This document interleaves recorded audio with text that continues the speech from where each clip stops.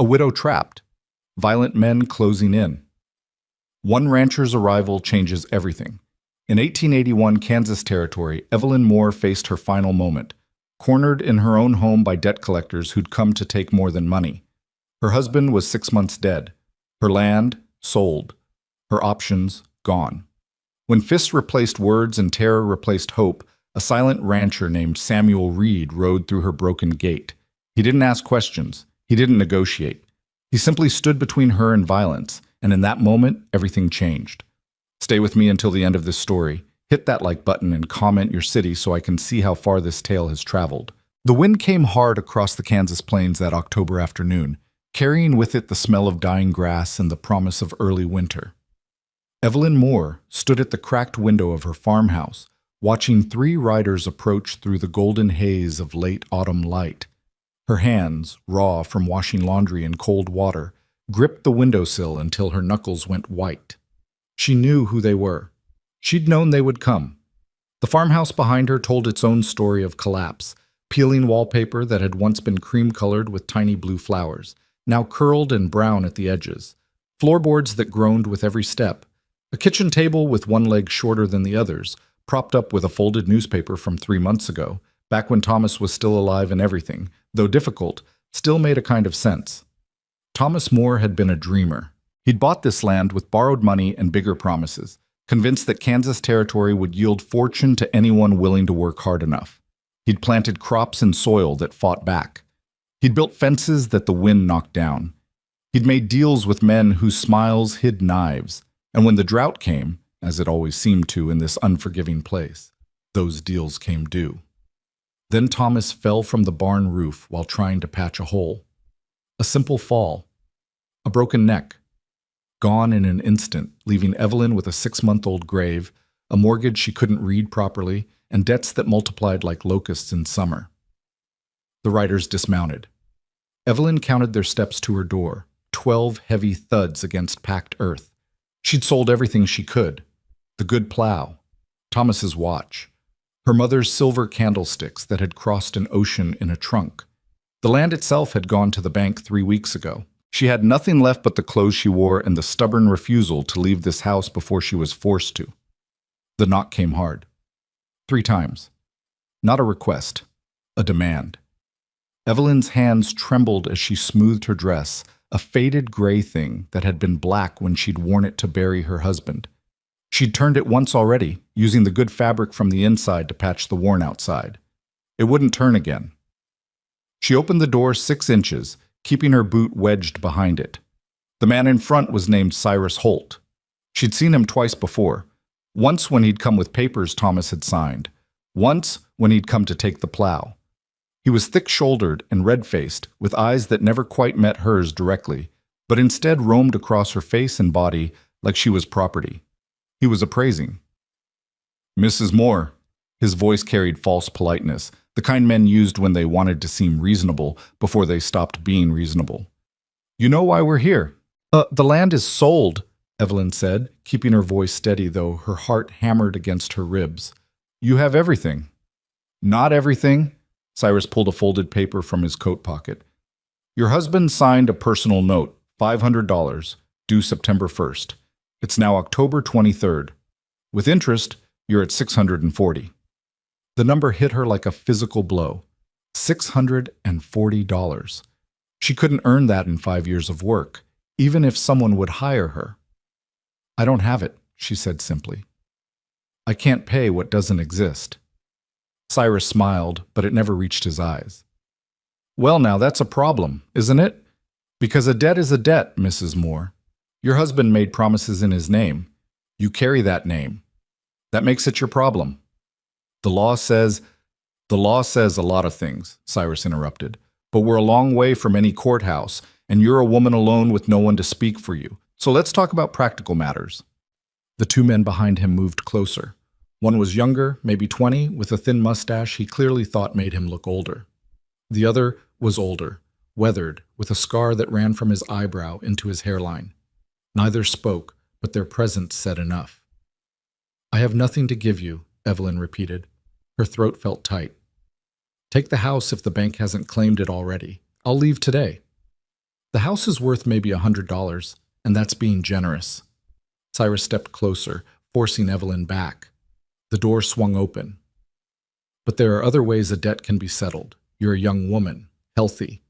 There are mining camps north of here, places where a woman with your qualities could work off what's owed. The words took a moment to register. When they did, ice flooded Evelyn's veins. No. The word came out stronger than she felt. Absolutely not. It's not really a question, Mrs. Moore. Cyrus was inside now, the other two following. The younger one closed the door behind them. You see, your husband thought he could make promises and walk away from them. He did walk away, right into a grave. But promises don't die just because a man does. Someone has to pay. And right now, that someone is you. Evelyn backed toward the kitchen, her mind racing. The house had no back door. Thomas had never gotten around to adding one. The windows were small, too small to climb through quickly. There was a knife in the kitchen drawer, but she was 3 steps away, and they were between her and it.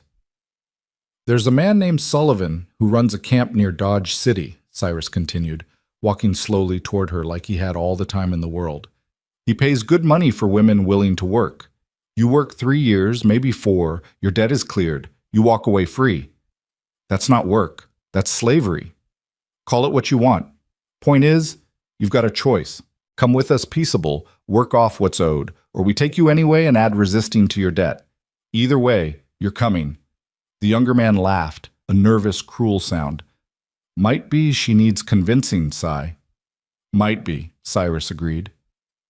Evelyn's back hit the kitchen wall. Her hand reached sideways, fingers searching for the drawer handle. The older man with the scar moved left, cutting off her angle. Don't make this harder than it needs to be, Cyrus said. His voice had lost its false pleasantness. Now it was just flat. Matter of fact.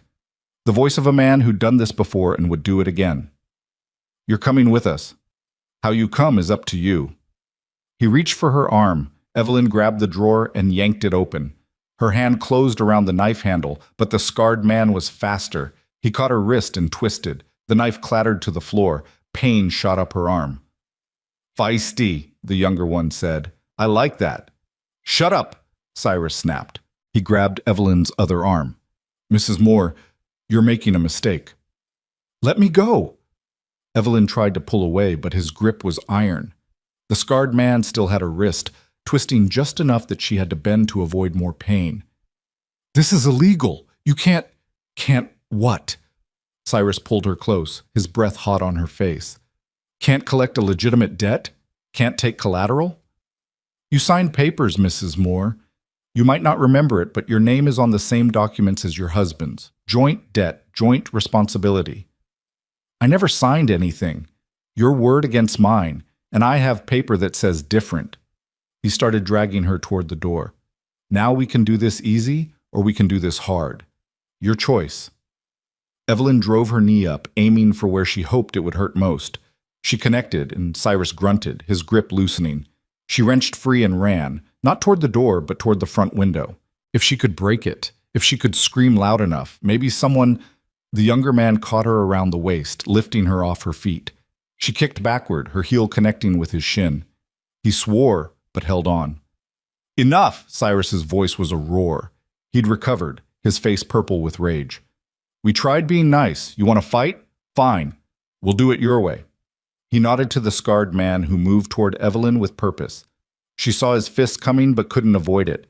The blow caught her across the cheek, and her vision exploded into stars. The younger man dropped her, and she hit the floor hard, tasting blood. Pick her up, Cyrus ordered. We'll deal with her attitude on the road. Through the ringing in her ears, Evelyn heard them moving. Hands grabbed her arms. She tried to resist, but her body wouldn't cooperate. Everything felt distant and strange, like she was watching it happen to someone else. This is how I die, she thought distantly. Not here, but somewhere north. In a camp where no one knows my name. Then she heard it, the sound of hoofbeats, fast, getting closer. The hands on her arms loosened. Through her swimming vision, she saw Cyrus move to the window. Who the hell is that? Don't know, the scarred man said. Coming fast, though.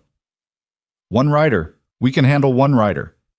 But Cyrus's voice had changed. He didn't sound certain anymore. The hoofbeats stopped. Evelyn heard boots on the porch steps, slow, deliberate. Whoever had arrived wasn't in a hurry. The door, which the younger man had closed, swung open. Evelyn, still on the floor with blood running from her lip, turned her head to see. The man in the doorway was tall, maybe 6 feet, with broad shoulders that filled the frame. He wore a dark coat dusted with trail dirt and a hat that shadowed his face. His boots were worn but well kept. At his hip hung a gun, not displayed for show, but there, practical, present. He didn't speak immediately. He simply stood there, his gaze moving across the scene, Evelyn on the floor, blood on her face. The 3 men frozen in various positions of aggression, the overturned chair, the knife on the ground. When he finally spoke, his voice was quiet, almost conversational, but it carried a weight that filled the room. "Ma'am, are you hurt badly?" Evelyn tried to speak, but her voice wouldn't come. She managed to shake her head slightly. The man's gaze shifted to Cyrus. "You need to leave." Cyrus straightened, trying to reclaim authority. "This is private business, none of your concern." "I'm making it my concern." The man's voice didn't rise. It didn't need to. "The lady is hurt. You're leaving. Those 2 things are happening right now." "Now wait just a minute," Cyrus started. The man took 1 step into the room, just one, but something in the movement made all 3 men back up. "I don't know who you think you are," Cyrus tried again, but his voice had lost its certainty. "But this woman owes a debt, a legal debt. We have every right." "You have the right to leave," the man interrupted. "And you have about 10 seconds to start doing it." The scarred man's hand drifted toward his belt. The newcomer's eyes tracked the movement. "Don't," he said softly. "Please don't." Something in those 2 words made the scarred man freeze. It wasn't a threat. It was almost a request. But underneath it lay something else. A certainty. A readiness. The man was hoping they wouldn't fight, but he was absolutely prepared if they did. Cyrus looked at his 2 companions. Some silent communication passed between them. The younger one edged toward the door. The scarred man followed. "This isn't over," Cyrus said, trying to save face. "The debt is real. The law, the man said quietly, says you can't beat a woman and force her into slavery. So if you want to talk about the law, we can ride into town right now and have that conversation in front of the marshal. Your choice." Cyrus's face went red, then white. She owes you nothing that justifies this. Now get out." For a long moment, no one moved. Then Cyrus jerked his head toward the door, and the 3 men filed out. From the floor, Evelyn heard them mount their horses. Heard Cyrus say something she couldn't make out. Heard the horses move off at a trot, then a gallop. Then silence. The man closed the door quietly. He crossed the room and knelt beside Evelyn, moving slowly enough that she wouldn't be frightened. "Can you sit up?" he asked. Evelyn nodded and let him help her into a sitting position, her back against the wall. The room tilted for a moment, then steadied. She touched her lip gingerly. It was split, but not too badly. The man stood and moved to the kitchen. She heard water being pumped, the sound of a cloth being dampened. He returned and handed it to her. "For your face," he said. Evelyn took it with shaking hands and pressed it to her mouth. The cool wetness helped. So did having something to do with her hands. "Thank you," she managed. Her voice came out hoarse. I don't know what would have happened if you hadn't." "Don't think about it," he said. He settled into a crouch nearby, not crowding her but close enough to help if she needed it. "Are you hurt anywhere else?" She shook her head. "Just my face. And my wrist." She looked at it, already bruising where the scarred man had twisted it. The man's jaw tightened slightly, but he only nodded. "It'll heal. Nothing broken." They sat in silence for a moment. Evelyn studied him more carefully now. He looked to be in his mid-30s with dark hair that needed cutting and a face that was weathered but not harsh. His eyes were gray, she noticed, steady. He had the look of a man who spent most of his time outdoors, sun lines at the corners of his eyes, hands that were calloused and strong. "I'm Samuel Reed," he said finally. "I have a ranch about 12 miles west of here. I was passing through, saw the horses, thought I should check." "Evelyn Moore." She lowered the cloth from her face. "This is my house." Was my house. The bank owns it now, I suppose. Samuel's gaze moved around the room, taking in the evidence of hardship. Your husband? Dead, 6 months ago. The words came out flat. She'd said them so many times they'd lost their emotional weight. He left debts. Those men, they say I have to pay them. What they wanted wasn't payment. That was kidnapping. The law sees debt different when you're a woman. Evelyn pulled herself up straighter, wincing at the various pains making themselves known. I signed papers when I married Thomas, took his name. His debts became mine.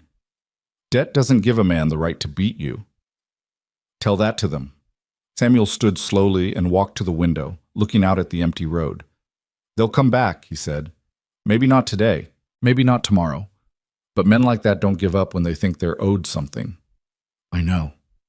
Evelyn felt suddenly exhausted, like all the fear and adrenaline of the last hour had drained out at once, leaving her hollow. I'll leave. Tonight. I'll go to Topeka, or maybe east. Find work somewhere. They can't collect from someone they can't find. Samuel turned back to her. You have money for that? For travel? For food? Until you find work? Evelyn looked away. The answer was obvious. How much is the debt? Samuel asked. $640. She laughed, but it came out bitter. Might as well be $6,000. I don't have anything. They took the land, the equipment. I sold everything else. Samuel was quiet for a long moment, his expression thoughtful. What if you didn't run? I don't have a choice. There's always a choice. He moved back toward her, then seemed to think better of it, and leaned against the doorframe instead, giving her space. What if you had a place to go, somewhere safe, somewhere they couldn't touch you? Evelyn looked at him warily. I don't understand. My ranch, Samuel said. I need help. Someone to cook, clean, help with the house. My daughter is 7. She needs a woman's presence. You're offering me work? I'm offering you shelter, safety. The work would just be part of it. It was too good, too convenient. Evelyn had learned the hard way that when something seemed too good, it usually was. What would you want in return? She asked carefully. Beyond the work, I mean. Samuel's expression didn't change. Nothing beyond the work. You'd have your own room, your own space. I'm not offering anything improper if that's your concern. Men always say that. Some men do. He met her eyes steadily. I'm telling you the truth. My wife died 2 years ago. I'm raising my daughter alone, and I'm doing a poor job of it. The house is falling apart. I can't cook worth a damn. And Mila, my daughter, she needs someone who can teach her things I can't. Why me? You don't know me. I know you fought 3 men to stay free, Samuel said quietly. I know you're still in this house when most people would have run weeks ago. That tells me what I need to know. Evelyn wanted to believe him, desperately. But trust was expensive, and she'd paid too much for it already. If I say yes, she said slowly, and those men come looking for me, they'll find a rancher who doesn't take kindly to threats. Samuel's voice remained calm, but something in it hardened.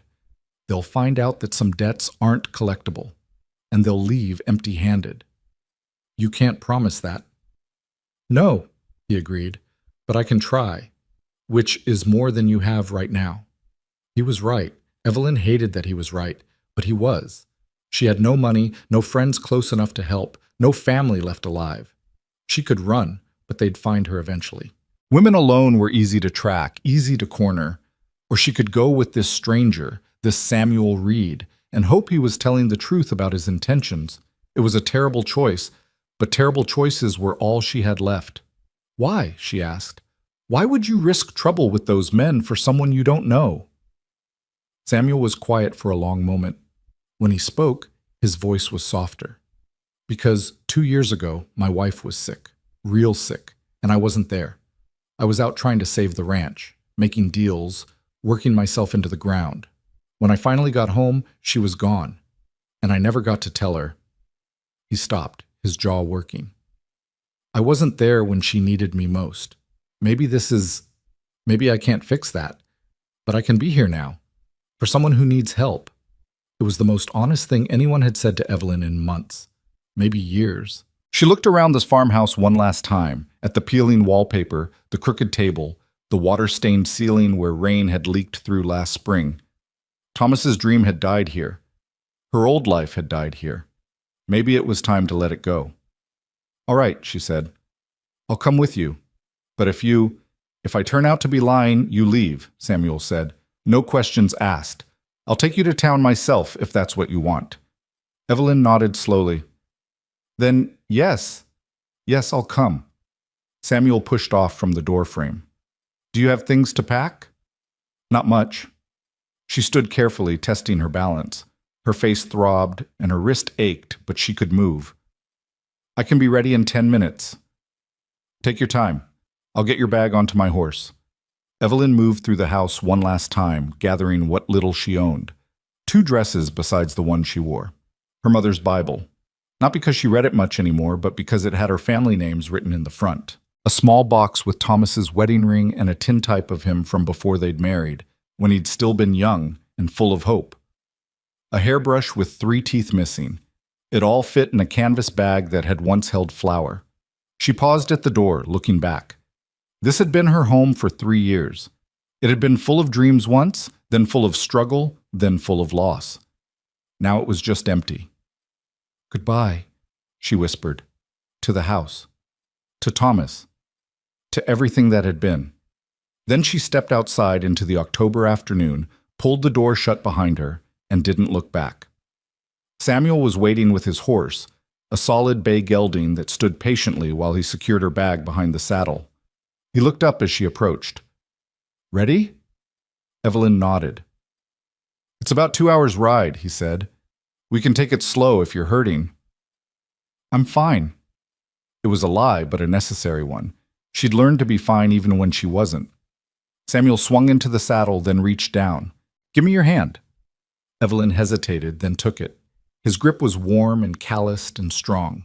He pulled her up behind him in one smooth motion. She settled awkwardly, not sure where to put her hands. "Hold on to me," Samuel said. "It's rough country. I don't want you falling." Evelyn gripped his coat tentatively. As the horse started moving, she tightened her hold. They rode west into the lowering sun. Behind them, the farmhouse grew smaller and smaller until it disappeared into the plains. Ahead, the land stretched endlessly, brown grass rippling in the wind, scattered trees marking distant creek beds, the vast Kansas sky turning gold and orange and purple as evening approached. Neither of them spoke. There was too much to say and no good way to say it. But as they rode, Evelyn felt something unexpected, a tiny spark of something she'd thought was dead. Not hope, exactly. Hope was too fragile, too easily destroyed. But maybe possibility. Maybe the chance that tomorrow might be different from today. And for now, broken and battered and running from men who wanted to own her, that was enough. The sun touched the horizon, painting the world in fire. Samuel's horse moved steadily westward, carrying them both toward whatever came next. Behind them, Evelyn's old life faded into gathering darkness. Ahead, something unknown waited. She held on tighter and tried not to be afraid. The Reed Ranch appeared as darkness settled fully over the plains, first as a cluster of lights in the distance, then gradually resolving into shapes. A main house, a barn, a few outbuildings scattered across what looked like several acres of fenced land. It wasn't grand, but it was solid. Real. More than Evelyn had expected. Samuel slowed the horse as they approached, and Evelyn felt him shift slightly in the saddle. "That's home," he said quietly. The house itself was a single-story structure built from local stone and timber, with a wide porch that wrapped around the front and one side. Smoke rose from the chimney, which meant someone had kept the fire going. Light glowed in 2 windows, warm and yellow against the night. Samuel dismounted first, then helped Evelyn down. Her legs trembled when her feet touched the ground. Whether from the ride, the day's violence, or simple exhaustion, she couldn't say. She steadied herself against the horse's flank while Samuel retrieved her bag. The front door opened before they reached it. A small figure stood silhouetted in the doorway, backlit by the fire inside. "Papa?" The voice was young, uncertain. "I'm here, Mila." Samuel's voice changed when he spoke to his daughter, softened somehow, though it had never been hard. Sorry I was gone longer than expected.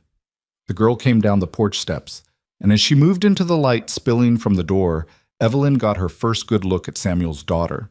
She was small for 7, with dark hair braided loosely down her back and eyes that matched her father's gray. She wore a simple dress that looked a size too big, and her feet were bare despite the evening chill. Mila stopped when she saw Evelyn, her eyes going wide. "Who's that?" "This is Mrs. Moore," Samuel said. "She's going to be staying with us for a while, helping around the house." "Why?" Mila's directness reminded Evelyn of how children spoke before the world taught them to be polite. "Because I asked her to." Samuel set Evelyn's bag on the porch. "Mila, can you show Mrs. Moore where she can wash up? I need to put the horse away." Mila studied Evelyn with open curiosity, her gaze catching on the bruise forming on Evelyn's cheek, the split lip. "Did you get hurt?" "I had an accident," Evelyn said, which was easier than the truth. "Does it hurt?" "A little." Mila nodded solemnly, as if this made perfect sense. Then she turned and walked back into the house, clearly expecting Evelyn to follow. Samuel caught Evelyn's eye. "There's a room off the kitchen. It's small, but it's private. Get yourself settled. I'll be in shortly." Evelyn climbed the porch steps and entered the house. The interior was exactly what she'd expected from a widower raising a child alone, functional but neglected. The main room served as both sitting area and dining space, with a stone fireplace dominating one wall. A table that could seat 6 stood near the kitchen area, though only 2 chairs were pulled up to it. The furniture was good quality, but dusty. Dishes were stacked in the kitchen basin. The floor needed sweeping. But it was warm, and it was clean enough. And most importantly, it felt safe. Mila led her through the kitchen to a small room that had probably been meant for storage. It held a narrow bed, a small dresser, and a window that looked out toward the barn. Someone, Samuel probably, had made up the bed with quilts and left a lamp on the dresser. "This is where Mama used to sew," Mila said, standing in the doorway. "Before she got sick." Evelyn set her bag on the bed. "It's a nice room. Thank you for showing me." Mila lingered, clearly wanting to say something but not sure how. Finally she asked, "Are you going to leave like Mama did?"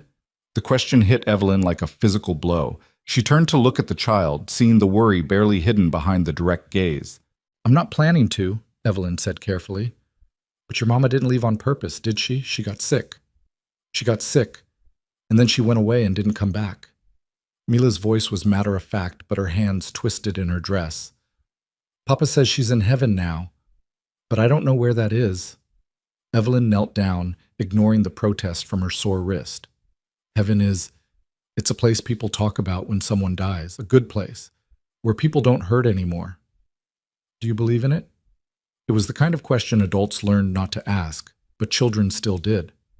Evelyn thought about Thomas, about her parents, about all the people she'd lost. Did she believe in heaven? She honestly didn't know anymore. "I believe your mama loved you very much," she said instead, "and that love doesn't go away, even when people do." Mila considered this, then nodded. "Papa says that too."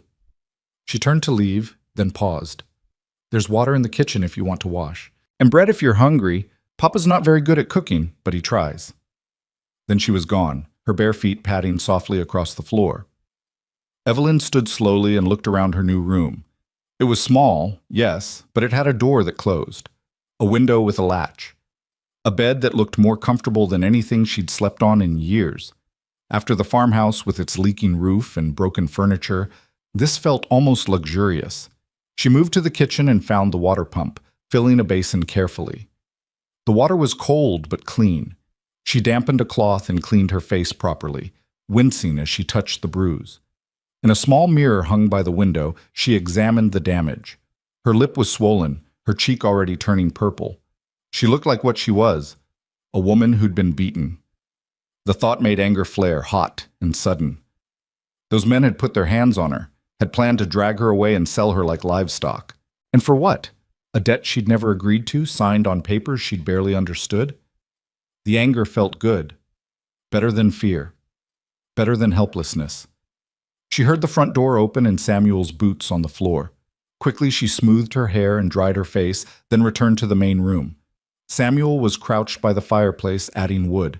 Mila sat at the table, watching him. Both looked up when Evelyn entered. "Feel better?" Samuel asked. "Yes. Thank you." He stood, dusting his hands. "I know it's late, but have you eaten? There's stew from yesterday. It's not much, but I can warm it," Evelyn said before thinking, then caught herself. "I mean, if that's all right, if that's what you'd like me to do." Samuel studied her for a moment. "You don't have to start working tonight. You've had a rough day." "I'd rather keep busy." It was true. Busy meant not thinking. Not thinking meant not remembering those men's hands on her, their intentions. Samuel nodded slowly. "All right. Pot's in the kitchen. Stew's in the cold box out back." Evelyn found everything where he'd said. The cold box was a simple wooden structure built into the north side of the house, packed with straw for insulation. The stew pot was heavy cast iron, well used but clean. She carried it inside and set it over the fire, adding wood to build up the heat. Mila appeared at her elbow. "Can I help? Do you know where the bowls are?" Mila nodded and retrieved 3 bowls from the cupboard, along with spoons. She set them on the table with the careful precision of a child performing an important task. Samuel watched from his chair, saying nothing, but Evelyn caught the expression on his face. Something between surprise and relief. The stew warmed slowly. Evelyn stirred it, testing the temperature, adjusting the heat. It was simple fare: venison, potatoes, carrots, onions, but it smelled good. Samuel might claim he couldn't cook, but whoever had made this knew what they were doing. "Did you make this?" she asked. "Sarah, neighbor woman, brought it over yesterday." Samuel stood and moved to the kitchen. "She tries to help, but she's got 6 of her own to feed. Can't expect her to keep feeding us too." "It's good of her to try. People around here help each other when they can." He paused. "Those men earlier, they weren't from around here. I'd remember seeing them." "They said they were collecting for someone." Evelyn kept her eyes on the pot. "Someone my husband owed money to." "Did your husband have dealings with mining camps? Loan operations?" "I don't know. Thomas didn't tell me about his business." She heard the bitterness in her own voice and tried to soften it. "He meant well. He just wasn't good at planning." Samuel made a sound that might have been agreement. "Well, if they come around here, they'll find planning isn't their strength either." The stew was ready. Evelyn ladled it into bowls, serving Mila first, then Samuel, then herself. They ate at the table, the only sounds the clink of spoons and the crackle of the fire. Mila finished first and looked at her father. "Can I be excused?" "Go on."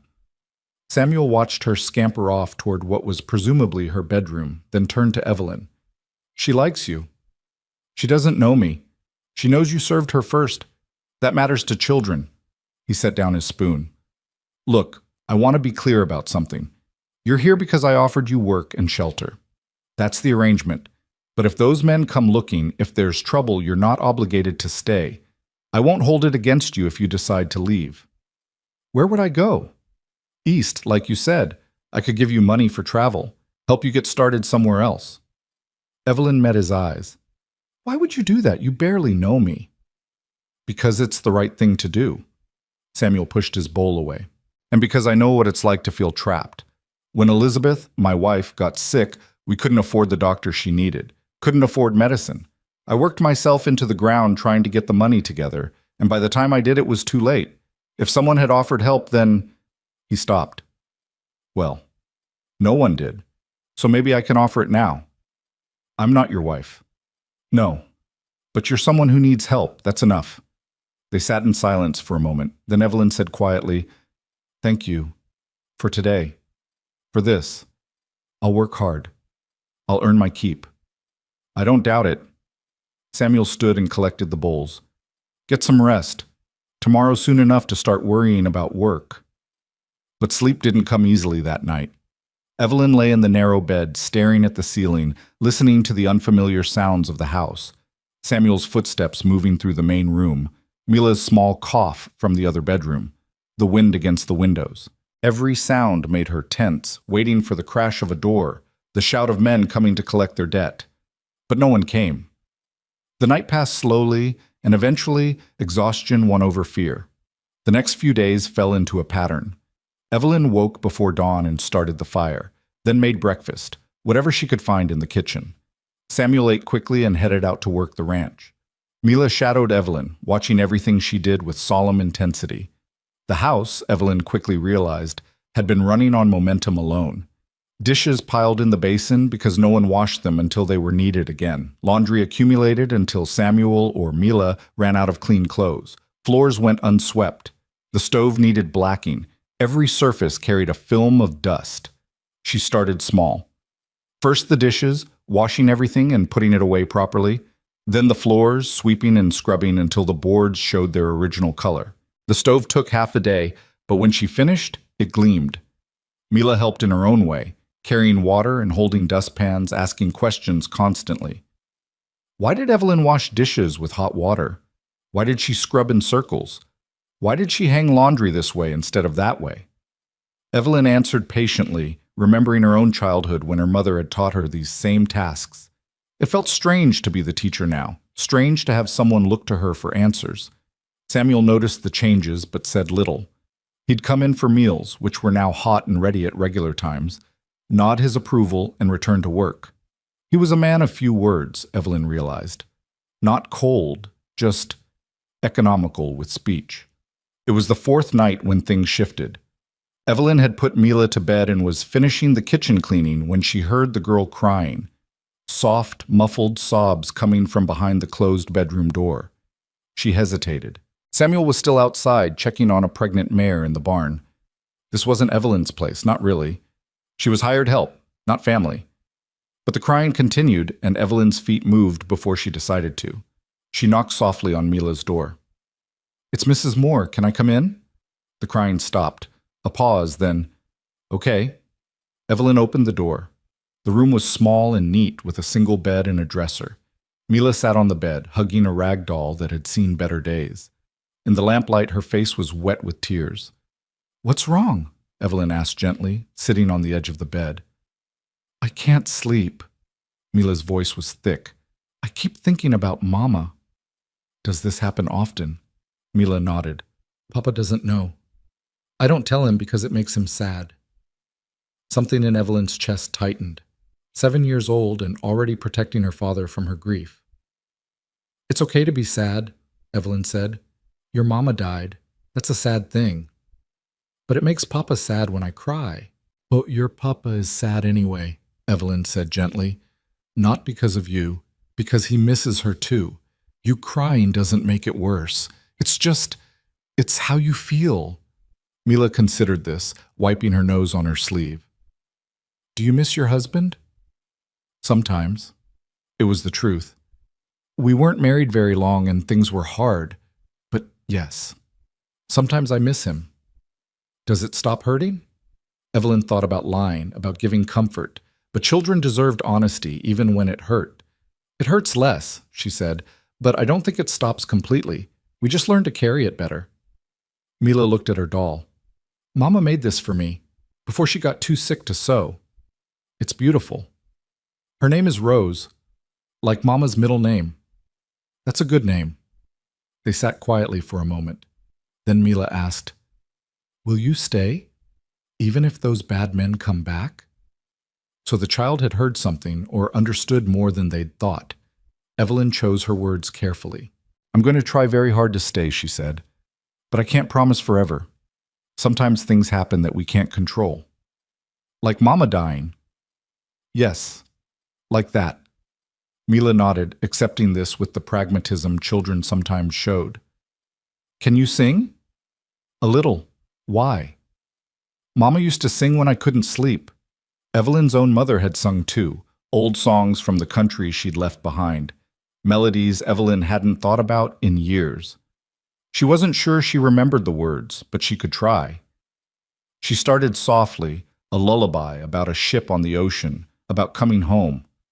Her voice was rusty, uncertain at first, but the melody came back as she sang. Mila's eyes grew heavy, and by the second verse she was asleep, the doll clutched in her arms. Evelyn stood carefully, pulling the blanket up over the child's shoulders. She was turning to leave when she saw Samuel standing in the doorway. She jumped, startled. "I'm sorry. I heard her crying and I thought—" "Thank you." Samuel's voice was quiet. She tries to hide it from me. The nightmares, the crying.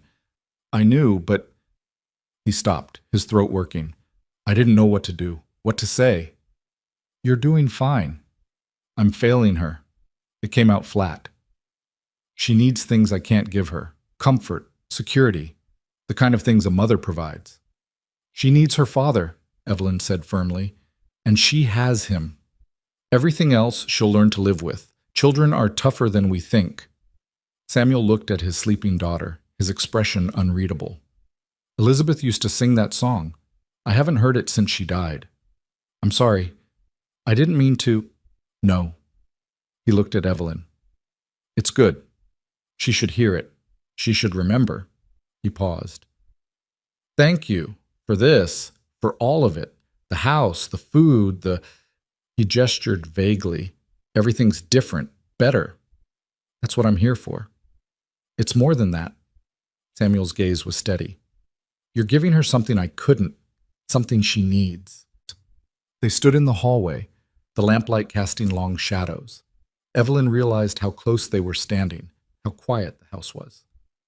She stepped back, suddenly aware of the impropriety of being alone with a man in the night, even in his own home. I should get to bed, she said. Morning comes early. Samuel nodded. Good night, Mrs. Moore. Good night. But as Evelyn lay in her bed that night, sleep elusive again, she thought about the look on Samuel's face when he'd listened to her sing. The grief there, yes, but also something else. Relief, maybe. Or gratitude. Or maybe just the recognition that loss was something they both understood. The days continued. Evelyn settled into the rhythm of the ranch, up before dawn, breakfast, cleaning, laundry, mending, cooking. Mila was her constant companion, chattering about everything and nothing, slowly opening up about her mother, about the time before Evelyn came. Samuel worked from sunup to sundown, managing the cattle, repairing fences, preparing for winter. He was a good rancher, Evelyn saw. Thorough, patient with the animals, hard on himself. At meals, they talked about practical things, supplies needed, weather coming, tasks to be done. Samuel asked about Mila's day, listened to her excited descriptions of helping Evelyn bake bread or chase chickens. He was present in a way Thomas had never been, attentive even when exhausted. Evelyn found herself noticing small things about him, how he always hung his coat on the same peg, how he drank coffee black, standing by the window, looking out at his land like he was checking that it was still there, how he was gentle with his daughter but firm when he needed to be. He was nothing like Thomas. Thomas had been loud, optimistic, full of grand plans that never materialized. Samuel was quiet, realistic, focused on what could be done rather than what might be possible. She didn't know if that made him better or just different. 2 weeks passed, then 3. The bruise on Evelyn's face faded to yellow, then disappeared. The split lip healed. The fear that woke her at night gradually lessened, though it never completely left. The men didn't come back. Every day that passed without them made Evelyn breathe a little easier, though she knew Samuel still watched the road, still kept his gun close. The house transformed around them. What had been simply functional became comfortable. Evelyn hung curtains in the windows. Simple things she'd sewn from fabric Samuel bought in town. She organized the kitchen so everything had its place. She scrubbed years of grime from corners and surfaces. It started to feel almost like a home, almost like somewhere she could belong. Then came the day she collapsed in the garden. Evelyn had been weeding the small vegetable plot behind the house, preparing it for spring planting, when the world suddenly tilted. Her vision grayed at the edges, her stomach lurched, and before she could call out, everything went dark. She woke to Mila's frightened face hovering over her. Mrs. Moore? Mrs. Moore, wake up! I'm all right, Evelyn tried to say, but her voice came out weak. She tried to sit up and immediately regretted it as nausea washed over her. Papa! Mila's scream was shrill with panic. Papa, come quick! Footsteps running. Then Samuel was there, kneeling beside her, his hands supporting her shoulders. What happened? His voice was sharp with concern. I just felt dizzy. It's nothing. You fainted. That's not nothing. He looked at Mila. Go inside and get water. Quick now. Mila ran. Samuel helped Evelyn to a sitting position, his movements careful. When did you last eat? Breakfast. That was 6 hours ago. I wasn't hungry. Samuel's jaw tightened. You've been working yourself too hard. I've seen you, up before dawn, working all day, barely stopping to rest. I'm earning my keep. You're not a slave, Samuel said flatly. You need to eat. You need to rest. If you're sick, I'm not sick. But even as she said it, Evelyn realized it might not be true. She'd been tired lately, more tired than the work warranted. Her stomach had been unsettled in the mornings, and her monthly bleeding, which had always been regular. The realization hit her like cold water. When had her last bleeding been? Before the men came to her house. Before that, even. Which meant, no, it couldn't be. But as she sat there in the dirt, Samuel's concerned face above her and Mila running back with water, Evelyn counted backwards and felt her world tilt again. 6 weeks, maybe 7, maybe more. She was pregnant, with Thomas's child. The doctor's office in town smelled of carbolic acid and old leather. Evelyn sat on the examination table, her hands folded tightly in her lap, while Dr. Harrison washed his hands in the basin. Samuel waited outside with Mila, though he'd insisted on making the trip when Evelyn had fainted twice more in the days following the garden incident. Dr. Harrison was an older man, gray-bearded and methodical, who'd been practicing medicine in Kansas Territory since before the war. He dried his hands and turned to face Evelyn with the expression of someone about to deliver news he'd delivered 100 times before. Mrs. Moore, when was your last monthly bleeding? Evelyn had known this question was coming. She'd prepared herself for it during the long wagon ride into town, but hearing it spoken aloud still made her throat tighten. 8 weeks ago, maybe 9. The doctor nodded, making a note in his ledger. And the fainting spells. Any nausea, particularly in the mornings? Yes. Tender breasts? Fatigue? Yes. Her voice came out barely above a whisper. Dr. Harrison set down his pen and looked at her with professional sympathy. Mrs. Moore, I believe you're with child, approximately 2 months along by my estimation. The symptoms are quite consistent.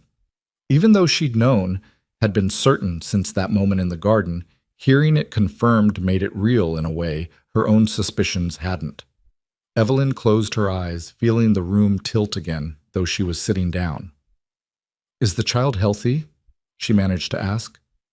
Too early to say for certain, but you appear to be in good health overall, despite the fainting. You'll need to eat more, rest more. The first few months can be difficult, but most women manage well enough. He paused. Does your husband know? My husband is dead. The words came out flat. He died 7 months ago. Dr. Harrison's expression shifted to something softer. I see. I'm sorry for your loss. But the child's father was my husband, Evelyn said firmly. There's no one else. Of course. The doctor cleared his throat. Well, you'll need support, Mrs. Moore. A pregnant widow faces certain difficulties. Do you have family, friends who can help? I'm staying with Samuel Reed, working as his housekeeper. Ah. Something in the doctor's tone made Evelyn look up sharply. He was studying her with a new kind of assessment, one that made her skin prickle with discomfort. Does Mr. Reed know about your condition? Not yet. You'll need to tell him. He has a right to know if he's providing you shelter. I know that. Evelyn stood, her legs steadier now. Is there anything else? Dr. Harrison handed her a small bottle. Ginger powder. Mix a pinch in warm water when the nausea gets bad. Eat small meals throughout the day rather than large ones. And Mrs. Moore?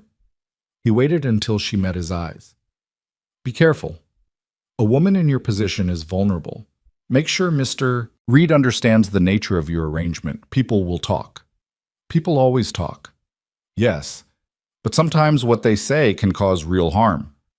Evelyn paid him with money Samuel had given her for the visit, then stepped out into the afternoon sun.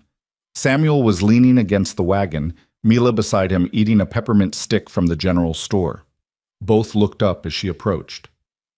Well? Samuel asked. Evelyn glanced at Mila, then back at Samuel. Can we talk? Privately? Something in her tone made Samuel's expression sharpen. He looked at his daughter. Mila, go look at the ribbons in the store window. Don't wander off. Yes, Papa.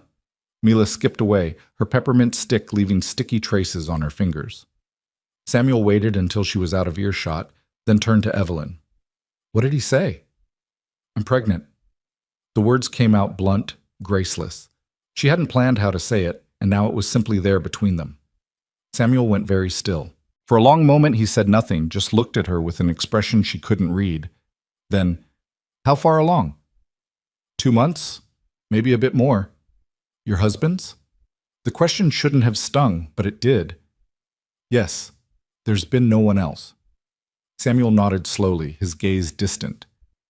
Does this change your plans? Do you need to leave? I don't know. Evelyn wrapped her arms around herself despite the warmth of the day. I don't have anywhere to go. No family, no money for travel. Not really. But I understand if you don't want me to stay. A pregnant widow brings talk, and I don't care about talk, Samuel interrupted. His voice was quiet but firm. Question is, what do you want to do? What did she want? The question was so simple and so complicated at once. She wanted her husband alive. She wanted the debts erased. She wanted to not be terrified of what came next. But those were impossible wants. I want to keep the baby, she said finally. I want somewhere safe to have it. Beyond that. She shook her head. I don't know. Samuel was quiet for another moment, then said, You can stay, for as long as you need, through the birth and after, if you want. People will assume things, about you and me, about the baby. Let them assume. He pushed off from the wagon. You've got a few months before the baby comes. We'll figure out the rest as we go. Relief washed through Evelyn so strongly, her knees almost buckled. Thank you. I'll work as long as I'm able. I won't be a burden. You're not a burden. Samuel's gaze met hers directly.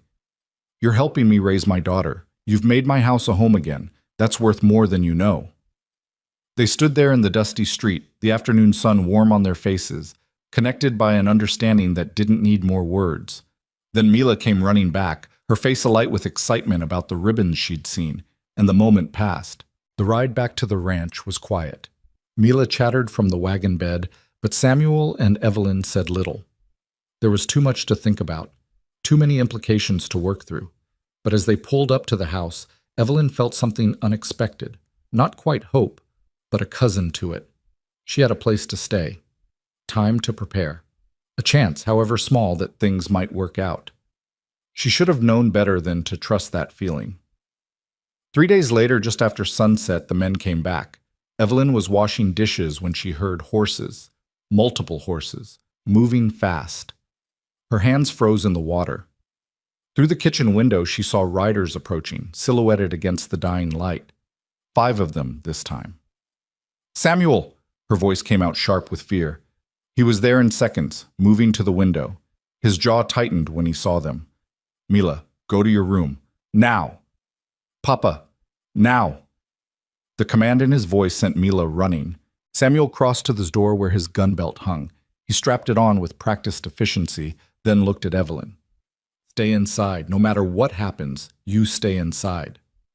They're here for me. They're on my land. That makes it my business. He checked his gun, then moved toward the door. Lock it behind me.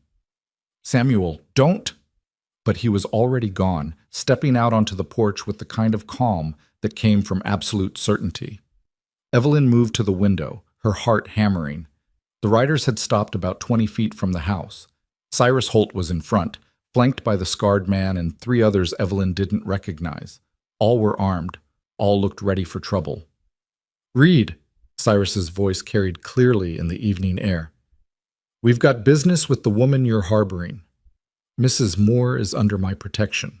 Samuel's voice was level, conversational almost. Which means you've got no business here at all. The lady owes a debt. That debt follows her wherever she goes. Show me the papers. Cyrus pulled something from his coat. Papers. Yellowed and folded. Right here. Signed by Thomas Moore and witnessed legal. $640 due and unpaid. His widow inherits the debt. That's not how law works. It's how it works out here. Cyrus shifted in his saddle. Now, we've been patient. We gave her time, but time's up. She comes with us tonight. Works off what's owed, everyone's happy. She's not going anywhere. You can't stop all of us, Reed. Be smart. Hand her over. This stays peaceful. Samuel's hand rested on his gun, casual but ready. I'm counting 5 of you. Figure I can drop 3 before you get me. Question is, which 3 want to die over a debt that's not even legal? The rider shifted uncomfortably. One of the new men, younger than the others, glanced at Cyrus nervously. Big talk from one man, Cyrus said, but his voice had lost some of its certainty. Not just one man. The voice came from behind the riders, making them spin in their saddles. A man on horseback had appeared from the direction of the road. Older, gray-haired, wearing a marshal's badge that caught the last light. He rode forward slowly, his rifle resting across his saddle. Marshal Webb. Cyrus's voice went tight. This is private business. Private business that involves threats on a man's property. That makes it my business. Webb stopped his horse between Samuel and the riders. Now, I heard something about a debt. Let me see those papers. Cyrus hesitated, then handed them over. Webb studied them by the fading light, his expression unreadable. Finally, he handed them back. These papers are worth about as much as the horse shit in my barn, he said flatly. Thomas Moore died. His personal debts died with him. His widow has no legal obligation. She benefited from the money. Did she? Webb's voice sharpened. Because from what I hear, Moore lost everything before he died. His land sold. His equipment's gone. If there was any benefit, it's long gone. You can't collect blood from a stone, Holt, and you sure as hell can't collect it from a widow who's got nothing. We have rights. You have the right to leave, right now, before I arrest all of you for trespassing and making threats. For a long moment, no one moved. Then Cyrus folded the papers and tucked them away. This isn't over. Yeah, it is. Webb's voice went cold. You come back here, you're getting arrested. You go near Mrs. Moore again anywhere, you're getting arrested. That clear enough for you? Cyrus's face went red, but he jerked his horse around. Let's go. The 5 riders left at a canter, disappearing into the darkness. Webb watched them go, then turned to Samuel. You all right? Thanks to you. Samuel climbed down from the porch. How'd you know to come? Got a telegram from Doc Harrison. Said there might be trouble out here. Asked me to check on things. Webb glanced at the house, where Evelyn stood visible in the window. That the widow? Mrs. Moore, yes. She really pregnant? Samuel stiffened. That's none of your concern. It is if it causes more trouble. Webb sighed. Look, Reed, I know you're trying to help, but a single man and a pregnant widow under one roof, people are going to talk, and talk leads to trouble. Then they can talk to me about it. I'm just saying, might be worth thinking about how this looks, for her sake and yours. Samuel's jaw worked, but he nodded. Noted. Thanks for coming out. Part of the job. Webb tipped his hat and rode off into the darkness. Samuel stood in the yard for a long moment, then turned back to the house. Evelyn met him at the door. They're gone, he said. For now. Evelyn's hands were shaking. She clasped them together to hide it. But you heard what the marshal said. They'll come back. Or people will talk, or let them talk. It's not that simple. The words came out sharper than she intended. You have a daughter, a reputation. I'm bringing shame to your house just by being here. And now with the baby, she pressed a hand to her still flat stomach. Maybe I should leave. Go east like we talked about, before things get worse. And go where? Do what? Samuel's voice was gentle but insistent. You're 2 months pregnant. You have no money, no family. Running won't make you safer. But staying makes you a target. I can handle it. Can you? Evelyn met his eyes. What happens when they come back with more men? What happens when they stop trying to take me and start trying to hurt you? What happens to Mila if you die trying to protect someone you barely know? The question hung between them. Samuel looked away first. I can't just let them take you, he said quietly. I can't do that. Why not? The question came out almost desperate. Why risk everything for me? Samuel was quiet for a long moment. When he spoke, his voice was rough with emotion. Because Elizabeth was sick for months before she died. And I knew she was getting worse, but I kept telling myself there was time. Time to earn money for the doctor. Time to make things right. Time to tell her everything I should have said years ago. He looked at Evelyn, his eyes bright. But there wasn't time. And when she died, I realized I'd spent so much time working and planning and trying to fix things that I'd forgotten to just be there. To help when help was needed, not when it was convenient. He shook his head. I can't fix what happened with Elizabeth, but I can help you. And maybe that's not noble or smart, but it's what I need to do. For her. For me. So please, don't ask me to stop. Evelyn felt tears burning in her eyes.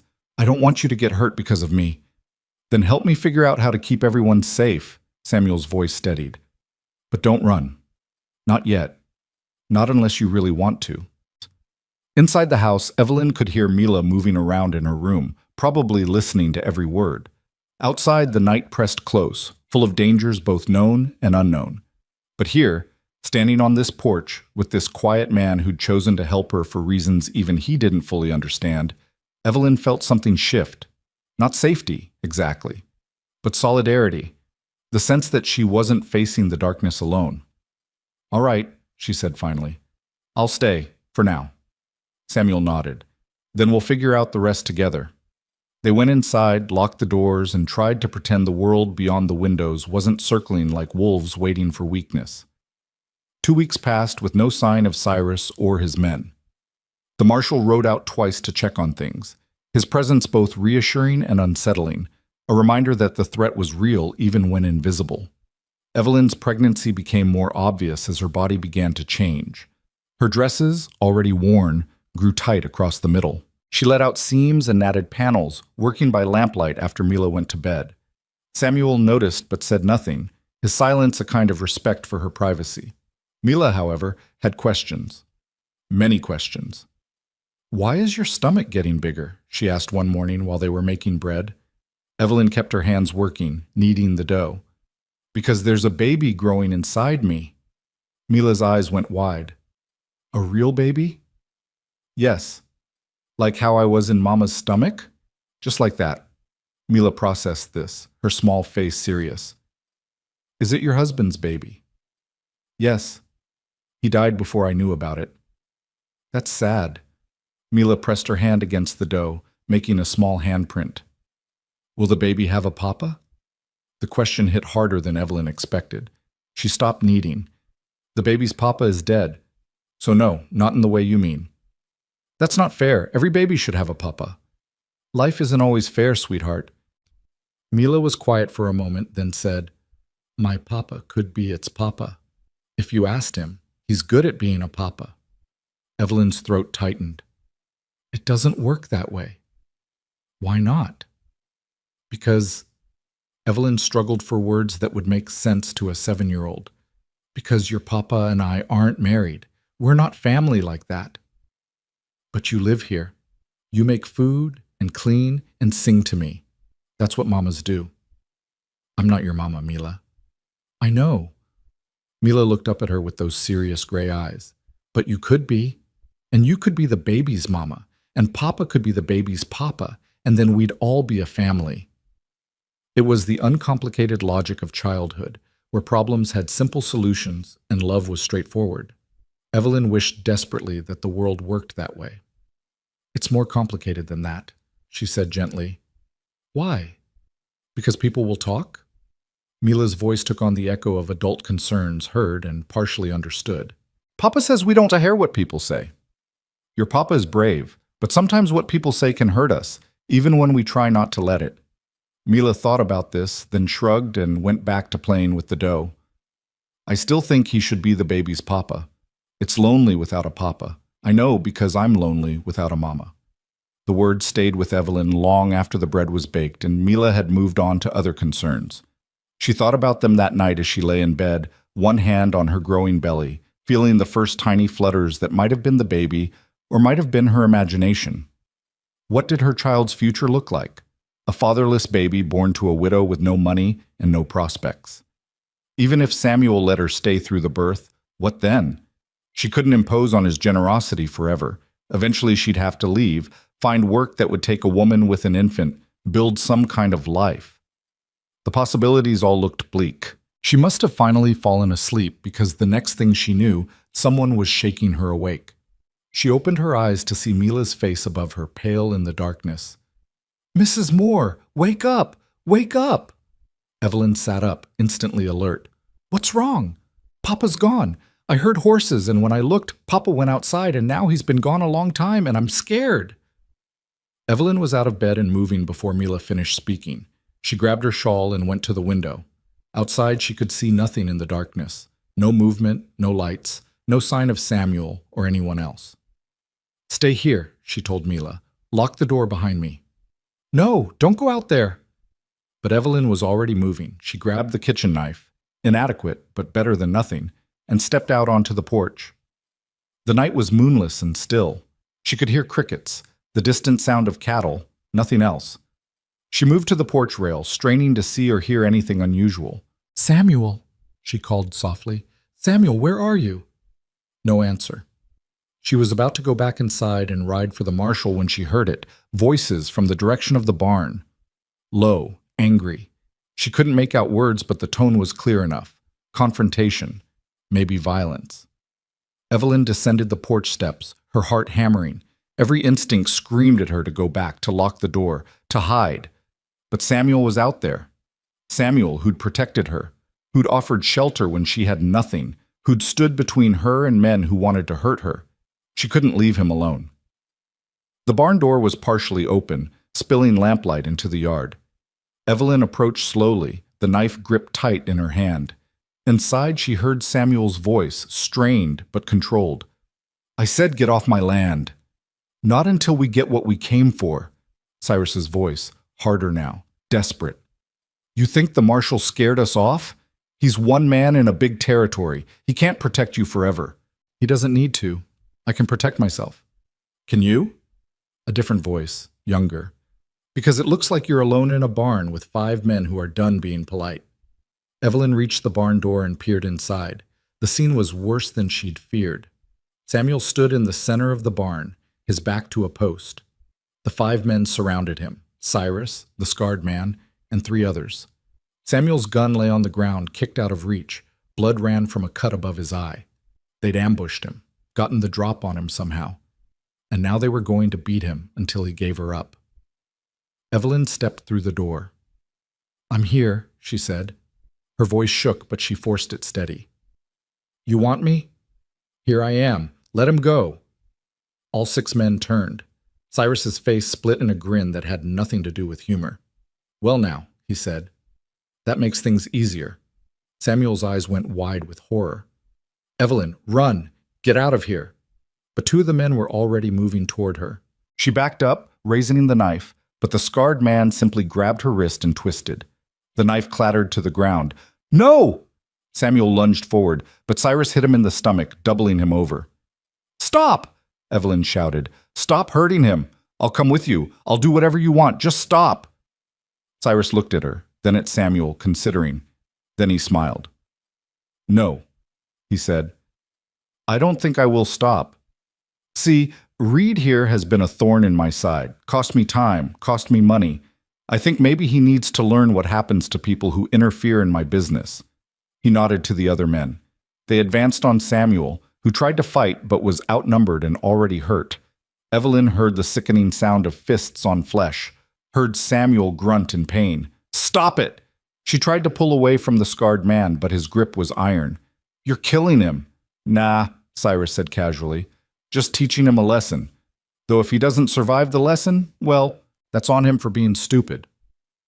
Rage flooded through Evelyn, hot and fierce. She stopped trying to pull away and instead lunged forward, using the scarred man's grip as leverage. Her head connected with his nose, and she felt cartilage crunch. He yelled and released her. She dove for Samuel's gun. Her fingers closed around the grip just as someone grabbed her ankle. She kicked backward, connected with something, pulled the gun close. She'd never fired a gun in her life, but she'd watched Thomas clean his revolver enough times to know the basics. She rolled onto her back, thumbed back the hammer, and pulled the trigger. The sound was deafening in the enclosed barn. The shot went wide, hitting the wall, but every man froze. Evelyn scrambled to her feet, the gun shaking in her hands, pointing at Cyrus. "Get away from him," she said. Her voice came out stronger than she felt. "Get away or I swear I'll shoot you." Cyrus raised his hand slowly, mockingly. "You even know how to use that?" "I know enough." She steadied her grip. "Samuel, can you stand?" He was on his hands and knees, blood dripping from his nose and mouth. "Yeah, I can stand." He pulled himself up using the post, his movements pained but determined. Evelyn kept the gun trained on Cyrus. "Now," she said, "you're all going to leave, and you're never coming back. Because if you do, I'll kill you. I have nothing left to lose. Do you understand?" Something in her voice must have convinced them. The desperation, the absolute sincerity. Cyrus lowered his hands. "You can't run forever." "I'm not running. I'm staying right here. And if you want to try this again, you'll have to kill us both." "Is that debt worth 2 murders, Mr. Holt? Is it worth hanging?" The question hung in the air. Finally, Cyrus jerked his head toward the door. "This isn't over," he said. "Yes, it is," Samuel said, his voice thick but firm. "Because the next time you set foot on my property, I'll kill you. That's not a threat. It's a promise." The men filed out. Evelyn and Samuel stood frozen until they heard horses leaving, galloping away into the darkness. Then Evelyn's hand started shaking so badly she almost dropped the gun. Samuel took it from her gently, set it aside, and pulled her into his arms. She collapsed against him, feeling him solid and real and alive. His shirt was bloody, his breathing ragged, but he was alive. "You came after me," he said into her hair. "You stupid, brave woman. You came after me." "I couldn't leave you." The words came out muffled against his chest. "I couldn't." They stood there in the lamplight, holding each other while the world slowly steadied around them. Outside, the night had returned to its normal sounds. Inside, everything had changed, because Evelyn had made a choice, and so had Samuel, and neither of them could take it back. The morning after the barn incident, Evelyn woke to find Samuel already gone from the house. She'd spent the night cleaning his wounds, the cut above his eye, the split lip, the bruised ribs that made him wince with every breath. He'd protested that he was fine, but she'd ignored him, working with steady hands while Mila watched from the doorway with wide, frightened eyes. Now, in the pale light of dawn, Evelyn found him in the barn, mucking out stalls like nothing had happened. His movements were stiff, careful, but he worked with the same methodical determination he brought to everything. "You should be resting," she said from the doorway. He didn't turn around. Work doesn't stop because a man gets knocked around. "Samuel, I'm fine, Evelyn." He finally looked at her, and the bruises on his face were darker in the daylight, purple and yellow spreading across his cheekbone. "Go back inside. Take care of Mila." But Evelyn didn't move. She crossed her arms, feeling the anger that had been building since she'd woken. "They could have killed you." "They didn't. They wanted to. And they will next time, because there will be a next time. You know that, don't you?" Her voice rose despite her effort to control it. "They're not going to stop. The marshal can't watch us every day. And eventually they'll come back with more men, more weapons, more. Then I'll deal with it when it happens." Samuel set down the pitchfork, wincing at the movement. "What do you want me to do, Evelyn? Throw you out? Hand you over to save my own skin?" "I want you to think about your daughter." The words exploded out of her. "I want you to think about what happens to Mila if you die protecting a woman and a baby that aren't even yours." The silence that followed was thick and painful. Samuel leaned against the stall door, his jaw working. "That baby," he said quietly, "is innocent of whatever debts your husband left behind. And you didn't ask for any of this, not the debts, not the widowhood, not those men hunting you like your property to be collected." He met her eyes. "I'm not throwing you to wolves because it would make my life easier. That's not who I am. That's not who I want Mila to think I am." "Then what are we going to do?" Evelyn's anger drained away, leaving exhaustion in its wake. "Because I can't keep putting you in danger. I can't keep watching you get hurt because of me." Samuel was quiet for a long moment, his gaze distant. When he spoke, his voice was careful, like he was testing the weight of each word. "There might be a way to make them stop, legally." "What way?" He looked at her directly. "Marriage." Evelyn's breath caught. "What?" "If we were married, you'd be under my name, my protection. The debt would be even more clearly void because you'd be a married woman with a new identity. They couldn't touch you without going through me legally, and no judge would side with them over a legitimate marriage. That's... Evelyn couldn't find words. That's insane. We barely know each other. We know enough. Samuel pushed off from the stall door, moving closer. I know you're brave. I know you care about my daughter. I know you work hard and don't complain. That's more than some people know before they marry. But you don't love me. No, he agreed, and you don't love me. But love is a luxury, Evelyn. Security is a necessity. This would give you security. Give the baby a name. Give both of you protection. Evelyn's mind raced. Marriage. To this man she'd known for barely 2 months. It was practical, yes, but it was also permanent in a way that terrified her. What about you? She asked. What do you get out of this? A mother for Mila, help running the ranch, a family. He said it simply, like these were minor considerations. But Evelyn heard what he didn't say. The loneliness underneath, the weight of managing everything alone. People will talk. They'll say I trapped you, that the baby is yours, that people are already talking. Samuel's voice was firm. At least this way the talk has less teeth. We'd be respectable, legal. Whatever they say privately doesn't matter if we have the law on our side. And Cyrus, you think marriage papers will stop him? Combined with the marshal's warning and the legal standing? Yes. He's a criminal, but he's not stupid. Attacking a married couple, trying to collect a dead man's debt from a woman under her husband's protection, that's a fight he can't win. Evelyn wanted to argue, to find holes in his logic. But she couldn't. He was right. Marriage would give her protection, give the baby legitimacy, end the threat that hung over them like a storm waiting to break. But it also meant binding herself to this man, this life, this place, forever. I need to think, she said finally. Samuel nodded. Take the time you need. But Evelyn? He waited until she looked at him. This isn't charity. I'm not offering this out of pity. I'm offering it because it makes sense, for both of us. She left him in the barn and walked back to the house in a daze. Mila was at the kitchen table, eating bread and honey, her legs swinging beneath her chair. Is Papa okay? She asked, around a mouthful of food. He's working. He's fine. Are you okay? The simple question, asked with such concern, nearly broke Evelyn's composure. She sat down across from Mila, suddenly too tired to stand. I don't know, she said honestly. Mila swallowed her bread. Are you going to leave because of the bad men? I don't want to leave. Then don't. Again, that child's logic that made everything seem simple. Papa can protect you. He's really good at protecting people. He got hurt protecting me.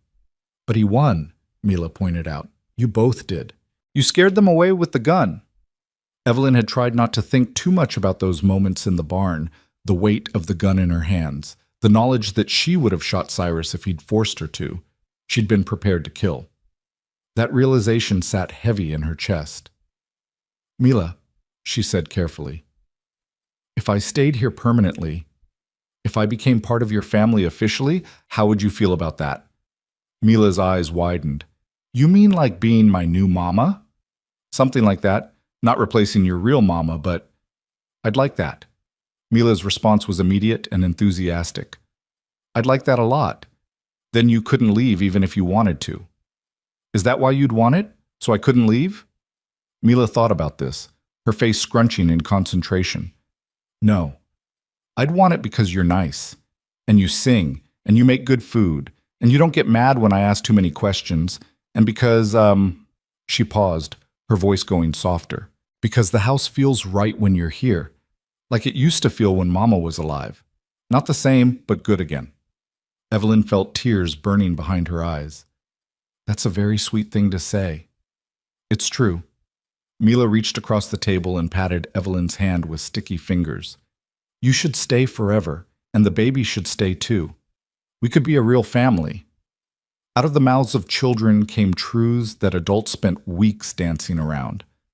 Evelyn squeezed Mila's hand gently. I'll think about it, she promised. The day passed in a haze of ordinary tasks. Evelyn cooked, cleaned, mended a tear in one of Mila's dresses.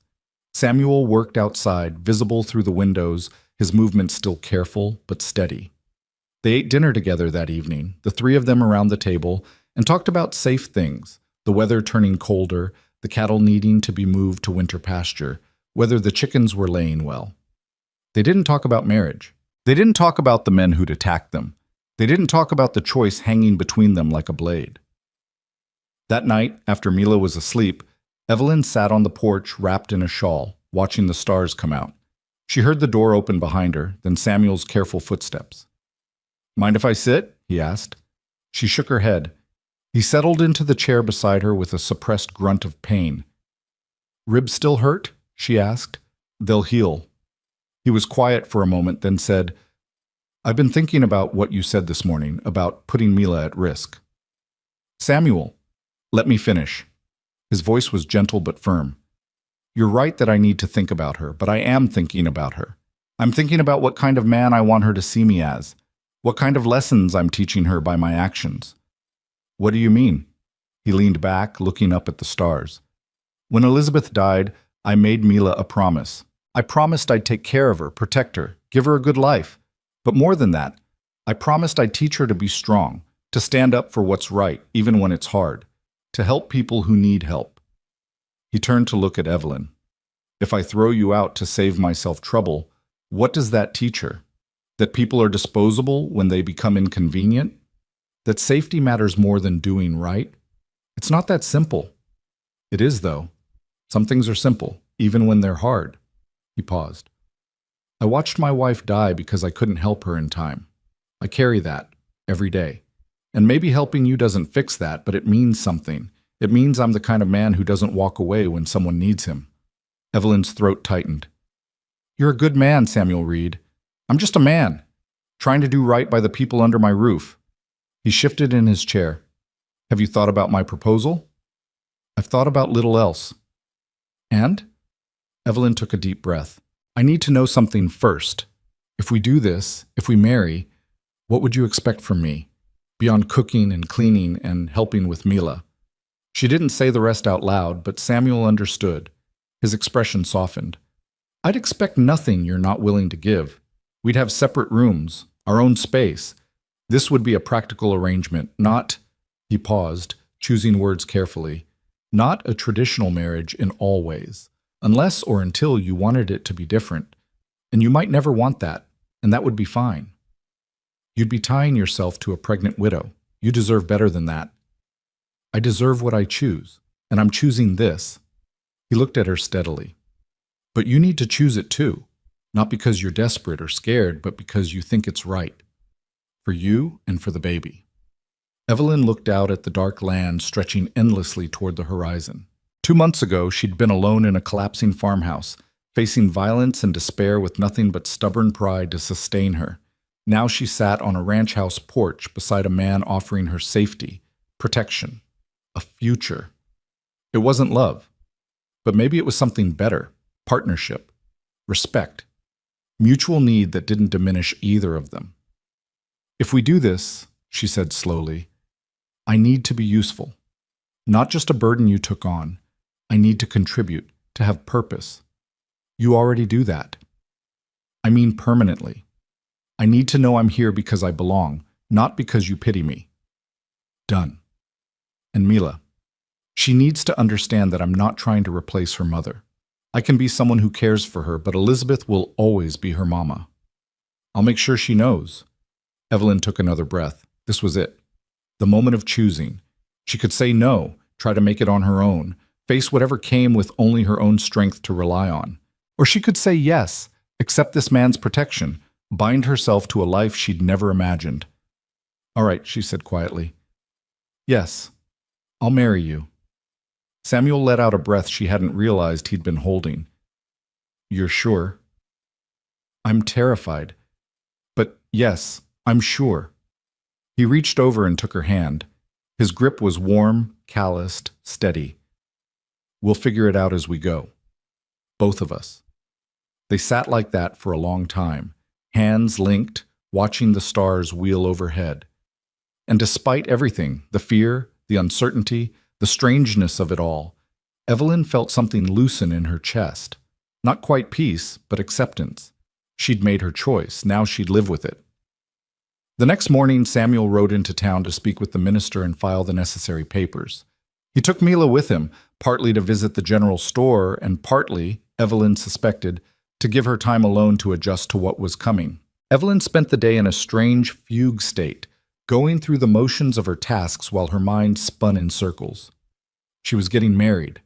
Again. To a man she barely knew. In 3 days, according to what Samuel had said before leaving, the minister had required a brief waiting period, though he'd agreed to waive the reading of bans given the circumstances. 3 days.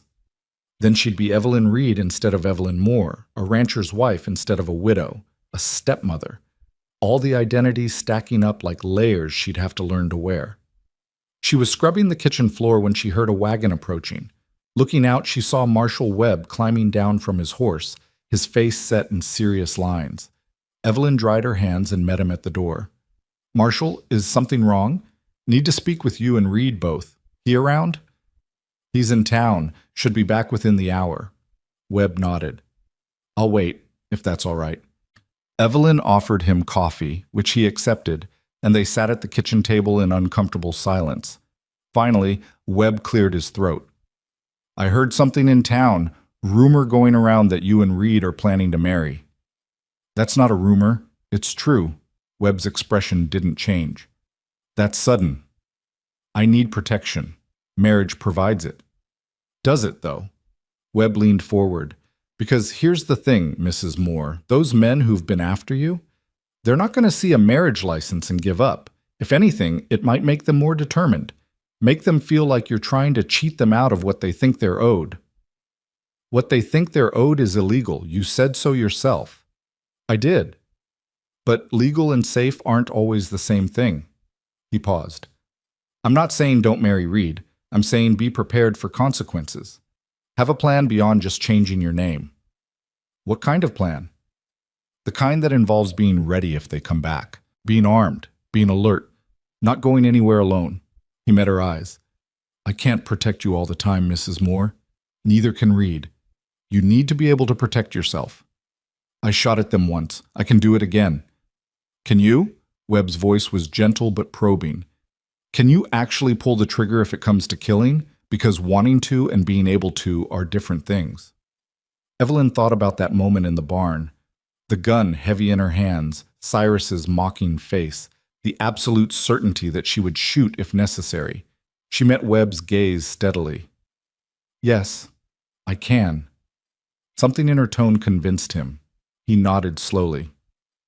"All right then. Just wanted to make sure you knew what you're getting into." "I know." "Good." He stood, leaving his coffee half finished. "Tell Reed I stopped by, and Mrs. Moore, congratulations on your marriage. I hope it brings you the safety you're looking for." After he left, Evelyn sat at the table for a long time, thinking about his words. Consequences. Plans. The reality that marriage might not solve everything might actually make some things worse, but she'd already made her choice. There was no going back now. Samuel and Mila returned in late afternoon, the wagon loaded with supplies. Mila ran inside, bursting with excitement about the ribbons she'd been allowed to pick out at the store. Samuel followed more slowly, his movements still careful. "The minister agreed to 3 days from now," he said, setting packages on the table. "Sunday after services. He'll do it at the church with whoever wants to attend." "What did you tell him?" "About why we're marrying." "The truth. That you need protection, I need help, and it makes sense for both of us." He had opinions about it. Samuel's mouth quirked slightly, but he agreed it was better than the alternative. "Marshall Webb came by. He warned us that marriage might not stop Cyrus." "I know. I saw him in town. He gave me the same warning." Samuel started unpacking supplies. "But it's still the right move. Legal protection matters, even if it's not perfect." That night, lying in bed with one hand on her growing belly, Evelyn thought about the man sleeping in the room across the hall. In 3 days, he'd be her husband.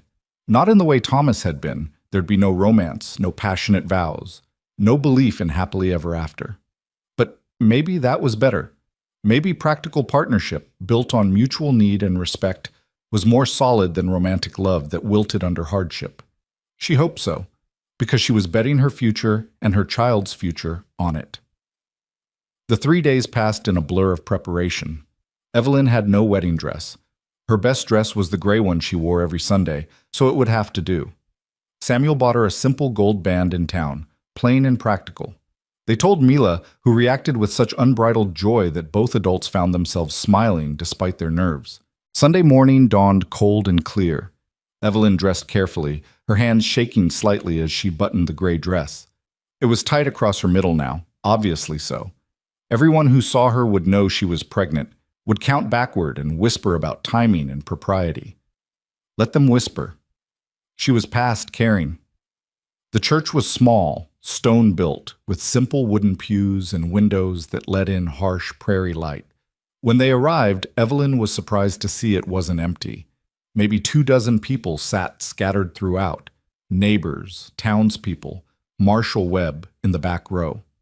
Samuel had said they could have witnesses if they wanted. Apparently word had spread. The minister was an older man named Reverend Crawford, gray-bearded and stern-faced. He met them at the door, his expression neutral. "Mr. Reed, Mrs. Moore, are you both certain about this?" "Yes," Samuel said firmly. "Mrs. Moore?" Evelyn looked at the people in the pews, then at Samuel beside her, then at Mila holding both their hands. She thought about the farmhouse with its peeling wallpaper and broken dreams, about the men who'd tried to own her, about the child growing inside her who deserved better than a mother running scared. "Yes," she said. "I'm certain." Reverend Crawford nodded. "Then let us begin." The ceremony was brief, almost curt. Reverend Crawford asked the required questions about willing consent and lifelong commitment. Samuel answered in his steady voice. Evelyn answered with hers, only slightly less steady. When asked if anyone objected, there was a moment of breath-held silence. Then it passed, and they continued. Samuel slipped the gold band onto Evelyn's finger. It was slightly loose. They'd have to have it sized, but it caught the light streaming through the windows. "By the authority vested in me," Reverend Crawford intoned, "I now pronounce you husband and wife. Mr. Reed, you may kiss your bride." Samuel looked at Evelyn, a question in his eyes. She nodded slightly.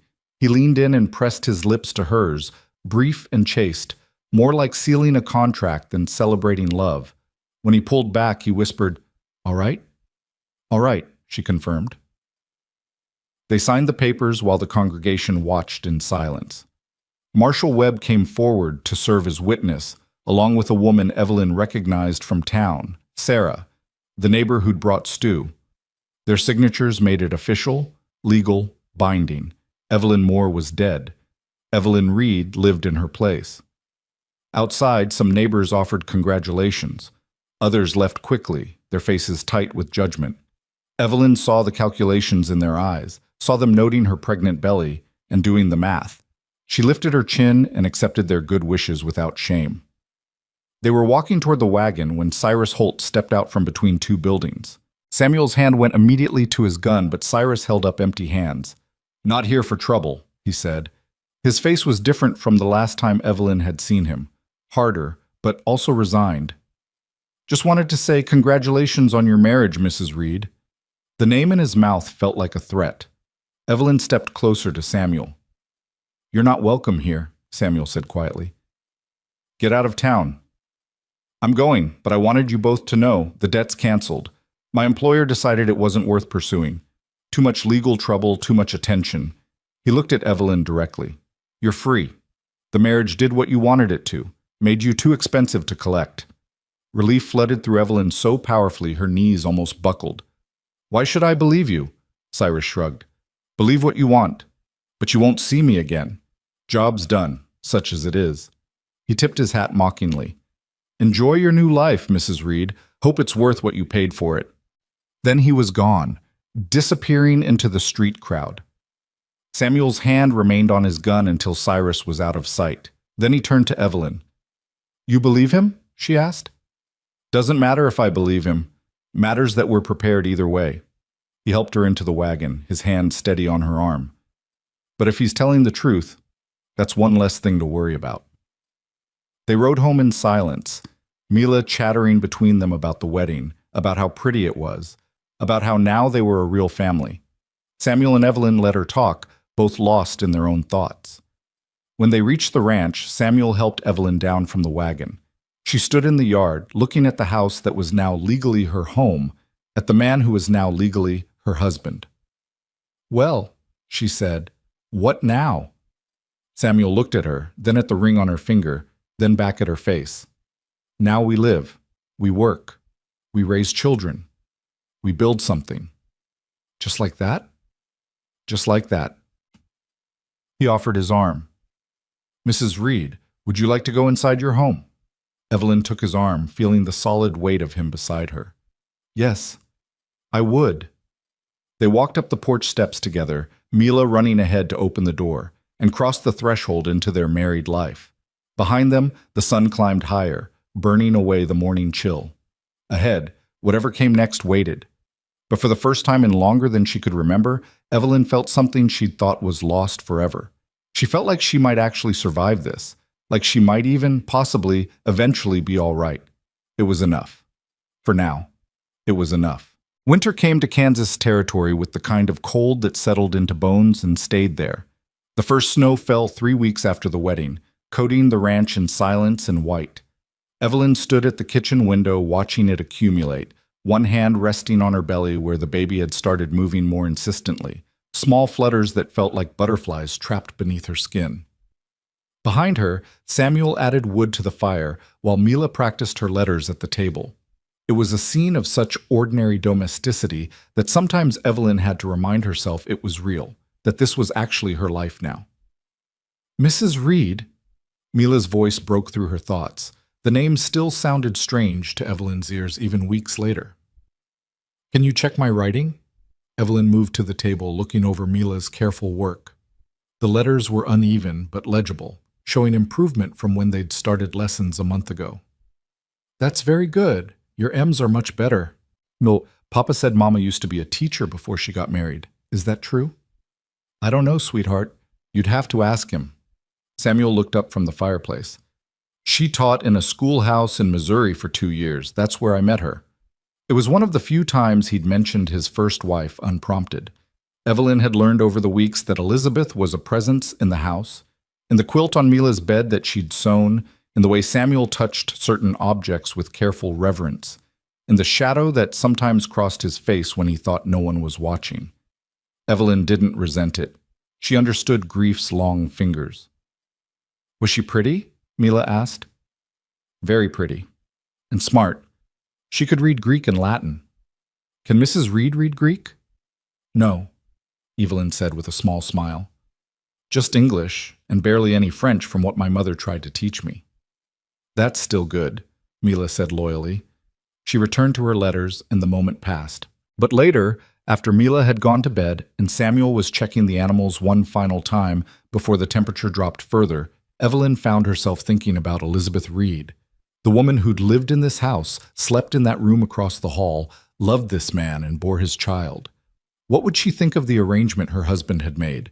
Would she approve of a pregnant widow wearing her gold wedding band because Evelyn had discovered the ring Samuel gave her had been Elizabeth's, resized to fit her smaller finger? She was still standing by the window when Samuel came back in, stamping snow from his boots. "Everything secure?" she asked. "As much as it can be.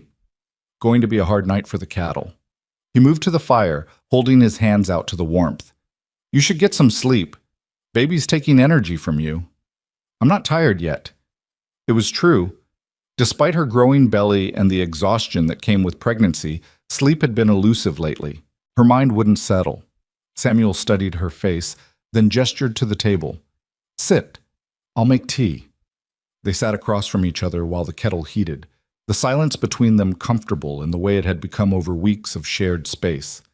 Samuel poured tea when it was ready, pushing a cup toward her. "Something's bothering you," he said. It wasn't a question. Evelyn wrapped her hands around the warm cup. "Do you ever regret it? Marrying me?" Samuel's expression didn't change. "No. Do you?" "I don't know." She said it honestly. "I'm grateful. For the safety, for the home, for Mila. But sometimes I wonder if I've trapped you. If you married me out of obligation and now you're stuck with a pregnant woman you don't love and a child that isn't yours. That baby is mine now, Samuel said firmly. The moment we married, that child became mine in every way that matters. Name, protection, inheritance, everything. But you don't have to pretend it's more than it is. This is a practical arrangement. I understand that.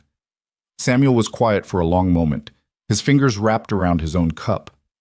When he spoke, his voice was careful. When Elizabeth died, I thought that part of my life was over. The part where I'd have a partner, someone to share the weight of things. I made peace with it being just me and Mila until she was grown. But then you came and... He paused, searching for words. It's different than it was with Elizabeth, but it's not less. It's just different, and I don't regret it. Even though I can't give you what a real wife would, you give me plenty. A clean house, hot meals, someone who loves my daughter, someone who works hard and doesn't complain, someone who stood in a barn with a gun to protect me when she could have run. He met her eyes. That's more than some love matches provide. Evelyn felt her throat tighten. I'm afraid, she admitted. The baby's coming in a few months, and I don't know how to be a mother. I don't know if I'm strong enough for this. You're strong enough. You've already proven that. What if something goes wrong? Women die in childbirth. What if I die and you're left with 2 children and you're not going to die? Samuel's voice was firm, almost fierce. I won't let you. We'll get the doctor here well before your time. We'll be prepared, and you're going to be fine. You can't promise that. No, but I can promise I'll do everything in my power to make it true. He reached across the table and took her hand. You're not alone in this, Evelyn. Not anymore. The touch was warm, solid, real. Evelyn held on, feeling some of her fear ease. Not disappear. Fear like hers didn't disappear, but loosen its grip slightly. Thank you, she whispered. They sat like that until their tea went cold, hands linked across the table, while outside the snow continued to fall. The winter months passed in a rhythm of work and waiting. Evelyn's belly grew round and full, making simple tasks difficult.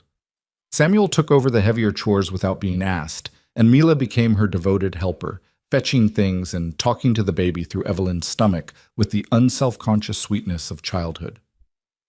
When the baby comes, can I hold it? Mila asked one February morning while they were making bread. If you're very careful, yes. I'll be so careful. I'll be the best big sister ever. Mila pressed her ear to Evelyn's belly. Can you hear me in there? I'm your sister Mila. I'm going to teach you everything. Evelyn smoothed Mila's hair, feeling a surge of affection for this child who'd adopted her so completely. The baby is lucky to have you. Are you scared about the baby coming out? Children always ask the questions adults danced around.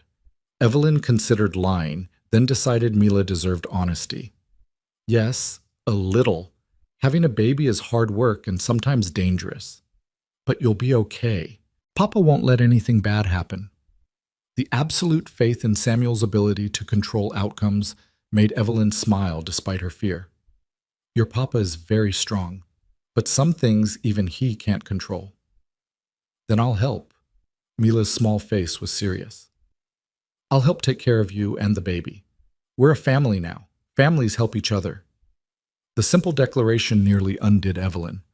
She pulled Mila into a hug, breathing in the scent of flour and child sweat and innocence. Yes, she said thickly. Families help each other. March brought the first hints of spring, ice melting, ground softening, the smell of wet earth. Evelyn's back ached constantly now, and she waddled more than walked. Dr. Harrison came twice to check on her, pronouncing her healthy, but warning that the baby would likely come early based on its size. First babies usually take their time, he said, packing his instruments. But not always. Be ready for anything. Samuel took the warning seriously. He made sure they had clean linens, hot water ready to be heated quickly, all the supplies the doctor recommended. He even convinced Sarah, the neighbor woman, to agree to come stay when Evelyn's time came, to help with Mila and the household. I've been through 6 births, Sarah said when she visited. You'll do fine, honey. Just remember to breathe through the pain and don't fight it. Let your body do what it knows how to do. Evelyn tried to take comfort in the advice, but as her due date approached, her anxiety grew. She dreamed of blood and screaming, of babies that wouldn't come or came wrong, of dying like her own mother had when Evelyn was 12, leaving her father alone with 3 children he didn't know how to raise. One night, a week before Dr. Harrison predicted the baby would come, Evelyn woke from one of these nightmares, gasping. She sat up in bed, her heart racing, one hand pressed to her enormous belly. A soft knock came at her door. "Evelyn? You all right?" Samuel's voice, she hadn't meant to wake him. "I'm fine, just a dream." The door opened slightly. Samuel stood silhouetted in the doorway, his hair mussed from sleep. "You don't sound fine." "I'm scared," she admitted. "What if something goes wrong? What if I'm not strong enough?" Samuel came into the room and sat carefully on the edge of her bed, maintaining respectful distance. "You're the strongest person I know. You fought 3 men with a knife. You shot at them in a barn to save me. You're going to survive childbirth. Women stronger than me have died. Not on my watch." His voice carried absolute conviction. "I lost Elizabeth because I wasn't there when she needed me most. I won't make that mistake again. You're going to get through this, and so is the baby." "You can't know that." "No, but I can believe it, and I can make you believe it too." He looked at her in the dim light. "You want to know what I see when I look at you? I see someone who refused to give up even when she had nothing. Someone who built a life out of scraps and determination. Someone who turned a house back into a home. That's not a woman who's going to die in childbirth. That's a woman who's going to fight through anything." Evelyn felt tears on her cheeks. "What if I'm not that strong? Then I'll be strong enough for both of us." He reached out and squeezed her hand. "We're in this together, remember?" She nodded, unable to speak past the lump in her throat. Samuel stood. "Try to sleep. The baby will come when it's ready, and you'll need your strength." After he left, Evelyn lay in the darkness with one hand on her belly, feeling the baby move beneath her palm. Strong kicks now, insistent. She thought about Samuel's words, about strength and fighting and refusing to give up. She'd survived everything so far. She could survive this too. The contraction started 3 days later, on a mild spring morning when the prairie was turning green. Evelyn was hanging laundry when the first pain hit, a deep, pulling ache that wrapped around her middle and took her breath away. She stood frozen, holding a wet sheet, waiting to see if it would come again. 15 minutes later, it did. "Samuel!" Her voice came out calmer than she felt. He was in the barn, close enough to hear. "Samuel, it's time!" He appeared in seconds, his face going pale beneath his tan. "You're sure?" "I'm sure." What followed was controlled chaos. Samuel sent Mila to fetch Sarah while he helped Evelyn inside. Dr. Harrison arrived within an hour, summoned by a rider Samuel had dispatched immediately. The house filled with purposeful activity, water heating, linens being laid out, Sarah taking charge of the kitchen, and Mila. The contractions grew stronger, closer together. Evelyn labored through the afternoon, gripping Samuel's hand through the worst pains while Sarah coached her breathing and Dr. Harrison monitored her progress. "You're doing fine," the doctor said after one particularly hard contraction. "Baby's positioned right. Should be straightforward, if painful." "Straightforward?" Evelyn gasped. "Easy for you to say." Samuel wiped her forehead with a cool cloth. "You're doing so well. Just keep breathing." "I hate breathing," she said through gritted teeth as another contraction built. "I hate all of this." "I know, but you're almost there." Hour after hour, the labor continued. Evelyn lost track of time, lost track of everything except the waves of pain and the voices coaching her through it. She heard Mila crying in another room, heard Sarah comforting her. She heard Samuel's voice, steady and constant, telling her she was strong, she could do this, just a little more. As the sun began to set, painting the room in gold and orange light, Dr. Harrison said, "All right, Mrs. Reed, next contraction, you push. Baby's ready to come." Evelyn bore down with everything she had, feeling like she was being split in two. The pain was enormous, overwhelming, impossible. She heard herself scream, heard Samuel's voice close to her ear saying words she couldn't understand, but that sounded like prayer or promise. "Again," Dr. Harrison commanded, "one more good push." Evelyn pushed and pushed and pushed, until she thought she'd die from the effort. Then suddenly there was a release, a rush, and the thin wail of a newborn filled the room. "It's a girl," Dr. Harrison announced. "A healthy baby girl." Evelyn collapsed back, her body shaking, her mind fuzzy with exhaustion and relief. She heard the baby crying, strong and loud, heard the doctor saying something about the cord and afterbirth, but it all seemed distant and unimportant compared to that sound. Her daughter, alive and protesting. "Can I hold her?" she managed to ask. "In just a moment, let me clean her up." Samuel squeezed her hand. "You did it. You're amazing." Evelyn looked at him through tears. "Is she really okay?" "She's perfect. Listen to those lungs." Dr. Harrison brought the baby over, wrapped in a clean blanket, and placed her carefully in Evelyn's arms.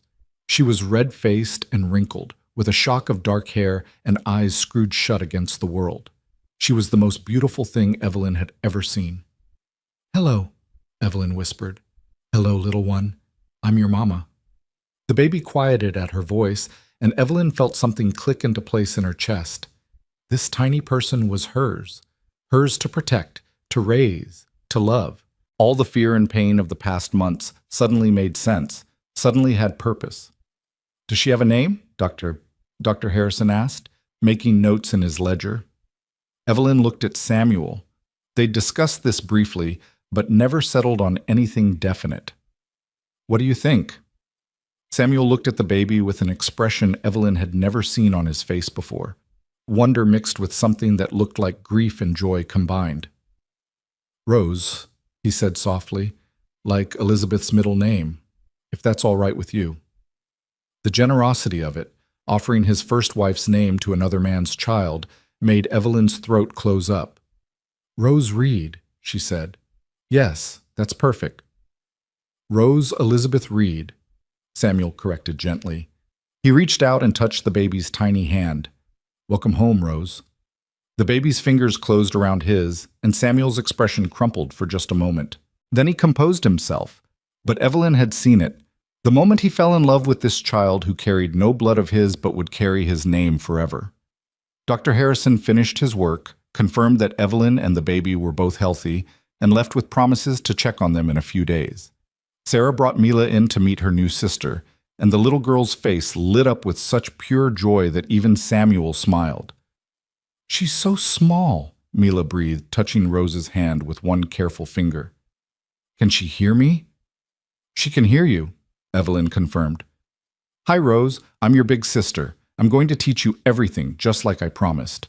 We're going to be best friends." That night, after Sarah had gone home and Mila was finally asleep, Samuel helped Evelyn settle into bed with Rose in a cradle beside her. The baby was sleeping now, her tiny chest rising and falling with peaceful breaths. "You should rest," Samuel said. "You've been through a lot." "Stay a minute?" Evelyn asked. "Please?" He pulled a chair close to the bed and sat down. They looked at the baby together in the lamplight. "Thank you," Evelyn said quietly. "For everything, for the name, for being here, for claiming her as yours." "She is mine." Samuel's voice was firm. "The moment I said I do, she became mine. That's not kindness or charity, that's fact." "Still, you didn't have to. You could have let me go, let me figure it out alone, but you didn't." "No, I didn't." He leaned back in the chair. "You know what Elizabeth said to me right before she died? I've never told anyone this, but she made me promise something." "What?" "She made me promise that if I ever got the chance to help someone the way I couldn't help her, I'd take it. She said life was too short to waste opportunities for kindness." He looked at Evelyn. "So when you showed up, beaten and scared and desperate, and I had the chance to help, I thought about that promise, and I took the chance." She sounds like she was a remarkable woman." "She was. And she'd like you, I think. She'd approve of this whole arrangement, the marriage, the baby, all of it." Evelyn felt tears prickling again. Damn pregnancy emotions. "I'm not trying to replace her." "I know, and you couldn't if you tried. But you're not a replacement. You're something different, something this house needed." He stood. "Get some sleep. Rose is going to want to eat again soon, and you need your strength." After he left, Evelyn lay in the darkness, listening to her daughter breathe. She thought about the past months, the terror, the uncertainty, the slow building of trust and partnership with a man she barely knew. She thought about Cyrus and his men, about debts that no longer mattered, about the girl she'd been when she'd stood in that collapsing farmhouse believing her life was over. That girl was gone. In her place was a woman who'd survived, who'd fought, who'd built a new life from nothing but determination and a stranger's kindness.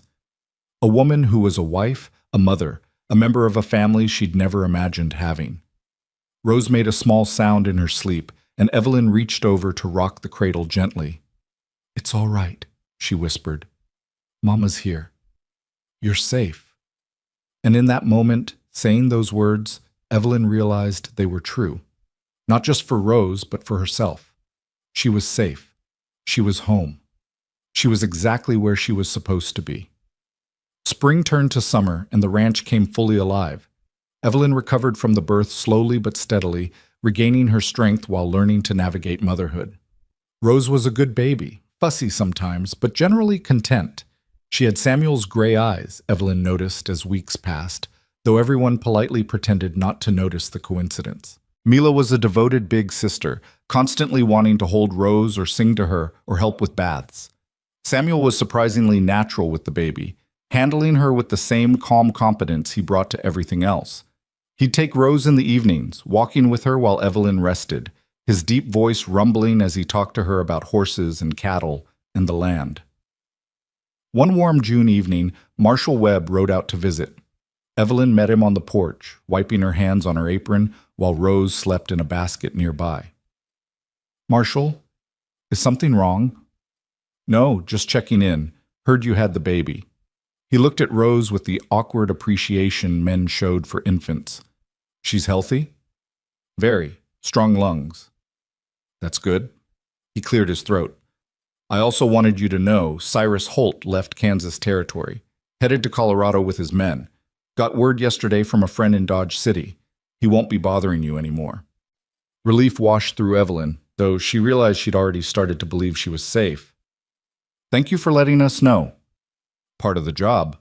Webb shifted his weight. "I also wanted to say, I judged you wrong, Mrs. Reed, when this all started. Thought you were just a woman looking for a man to take care of her. But I see now you're more than that. You're a fighter. Reed's lucky to have you." "I'm lucky to have him," Evelyn corrected. "Well, either way." He tipped his hat. "You all take care. Congratulations on the little one." After he left, Evelyn sat on the porch watching the sun set over the prairie. Samuel came out from the barn, saw her sitting there, and joined her. "Marshall Webb stopped by," she said. "Cyrus is gone. Left the territory." Samuel nodded slowly. "Good. One less thing to worry about." They sat in comfortable silence, watching the land turn gold in the evening light. Rose stirred in her basket, making small sounds. Samuel reached over and rocked it gently without being asked. "I was thinking," Evelyn said carefully, "about the ranch, about the future." "What about it?" "I want to contribute more. Not just cooking and cleaning. I want to help with the business side, the accounts, the planning. I'm good with numbers, and I want to be useful." Samuel looked at her thoughtfully. "You're already useful." "I mean really useful. As a partner, not just hired help." "Evelyn, you're my wife. Of course you're a partner. But we never talk about it like that. We never make decisions together, plan together. I want that. I want to be part of building this place, not just maintaining it." Samuel was quiet for a long moment. Then he nodded. "All right, starting tomorrow, we'll go over the books together. You can see where we stand, what needs work. We'll make decisions together." He paused. "I should have offered that sooner. You've had other things to worry about. Still, this is your home now. Your ranch, too. You should have a say in how it runs." That night, lying in bed with Rose sleeping in the cradle beside her, Evelyn thought about how far she'd come. 6 months ago, she'd been a terrified widow with nothing. Now she was a wife, a mother, a partner in a working ranch. She had a home, a family, a future. It wasn't the future she'd imagined when she'd married Thomas all those years ago. It wasn't a love story, at least not in the traditional sense, but it was good, real, built on respect and mutual need and shared responsibility. And maybe, she thought as Rose made small sleeping sounds beside her, maybe that was better than romance anyway. Maybe practical partnership that worked was worth more than passionate love that failed. The summer passed in a blur of work and growth. Rose got bigger, started smiling, started responding to voices and faces. Mila started helping more with ranch chores, taking pride in her responsibilities. Samuel built a bigger chicken coop and talked about adding more cattle next year. And slowly, almost imperceptibly, the relationship between Samuel and Evelyn shifted. It started small, hands that lingered when passing dishes at dinner, conversations that stretched later into the evening, glances that held a moment longer than necessary. Samuel started asking her opinion on more than just household matters, about which cattle to buy, about repairs to make, about plans for expansion. Evelyn found herself watching him work, admiring the strength in his shoulders, the patience he showed with Mila, the gentle way he held Rose. She noticed small kindnesses, coffee made the way she liked it, wildflowers left on the kitchen table, her favorite chair positioned where the afternoon light was best for sewing. One August evening, after the children were asleep, Samuel found Evelyn on the porch watching stars emerge. "Mind if I join you?" he asked. "It's your porch." "Our porch," he corrected, sitting beside her.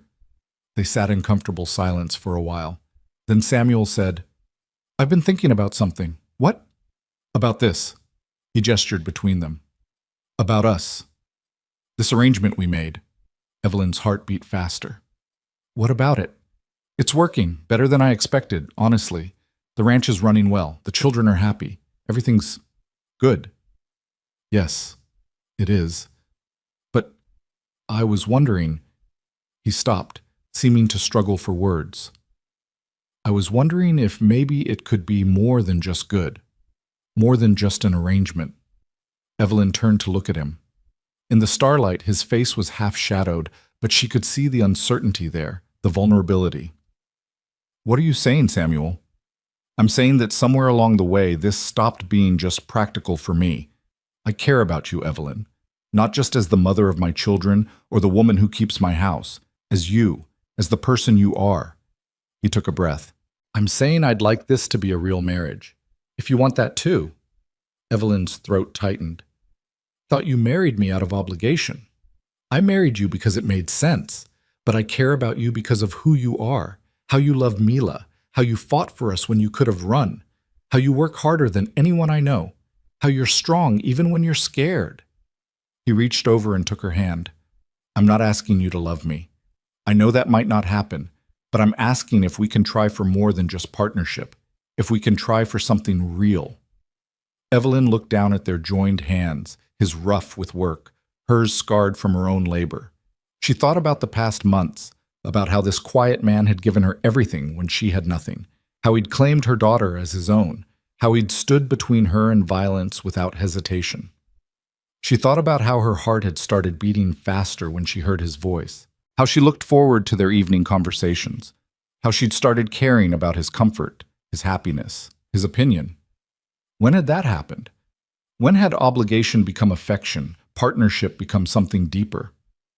"I think," she said slowly, "that it's already real. I think it's been real for a while now, and we just didn't want to admit it." Samuel's expression shifted, hope lighting his features. "Yeah?" "Yeah." She squeezed his hand.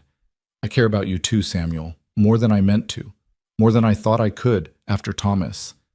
You've given me a life, a home, a family, but more than that, you've given me respect, partnership, the feeling that I matter. That's worth more than any grand romance." "So we try? We make this a real marriage in every way?" Evelyn looked at this man who'd saved her, who'd married her, who'd become hers in ways that had nothing to do with legal papers. "Yes, we try." Samuel leaned in slowly, giving her time to pull away. When she didn't, he kissed her, soft and tentative, nothing like the brief peck at their wedding. This was a real kiss, full of question and promise. When they pulled apart, Evelyn was smiling. "Well, that's different from the first time." "Better?" "Much better." They sat on the porch until late, talking about the future, about what they wanted to build together, about how to blend what they had with what they hoped for. And when they finally went inside, Samuel walked Evelyn to her door, but didn't presume anything. "Take your time," he said. "We'll figure this out as we go. No rush." "Thank you," she said. Then, impulsively, she stretched up and kissed him again. For everything. The autumn came with harvest work and preparations for winter. The ranch thrived under their joint management. They'd bought more cattle, repaired the barn, added to the house. They worked side by side during the day and talked together in the evenings, their conversations growing deeper, more intimate. And slowly, carefully, their marriage became real in all the ways it hadn't been before. They became partners not just in business, but in life. They became companions. They became, against all odds, people who'd chosen each other for more than just survival. One October evening, Evelyn found Samuel in the barn mending a bridle. Rose was strapped to her chest in a sling, nearly 6 months old now, and getting heavier by the day. Mila was at the house preparing dinner. She'd learned enough to handle simple meals. "Can I ask you something?" Evelyn said. Samuel looked up from his work. "Always." "Do you ever wish it had been different? That we'd met some other way? Fallen in love the normal way?" He considered the question seriously. "No, I don't. Because if things had been different, you wouldn't be you, I wouldn't be me. What we have works because of how we got here, not in spite of it. But we miss so much, the courtship, the romance, all those early stages. We're building our own stages. Maybe they're out of order, but they're ours." He set down the bridle and came closer. "I wouldn't trade what we have for anything. Would you?" Evelyn looked around the barn, at the tools hanging neatly on walls, at the horses in their stalls, at the evidence of work and care, and building something that lasted. She thought about the house full of warmth and voices, about Mila reading books by the fire, about Rose growing stronger every day. "No," she said. "I wouldn't trade it." Samuel kissed her forehead, then Rose's. "Then that's all that matters." Winter came again, their first full winter as a real family. Snow fell heavy and white, isolating them on the ranch for days at a time.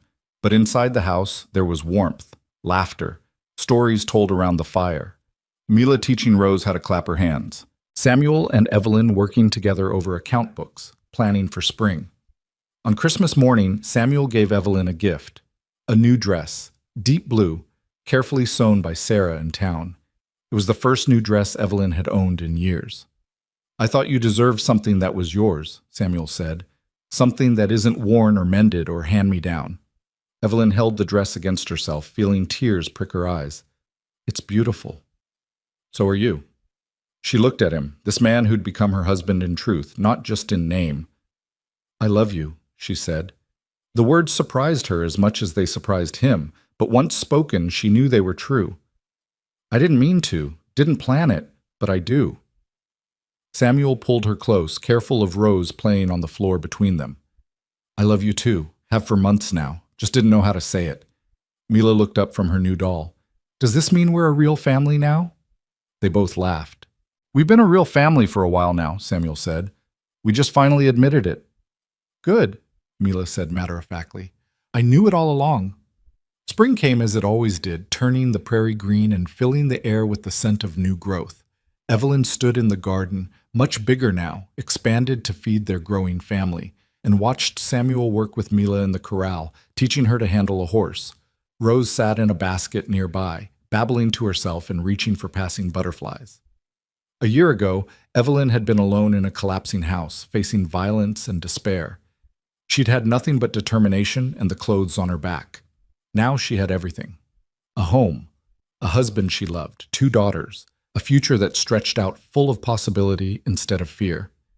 It wasn't the life she'd planned. It wasn't the life she'd imagined when she'd married young and full of dreams. But it was better. It was real. It was built on hard work and mutual respect and the choice to stand together when everything else fell apart. Samuel saw her watching and waved. She waved back, then picked up Rose and carried her toward the house. Dinner needed starting. Mila would need help with her reading later.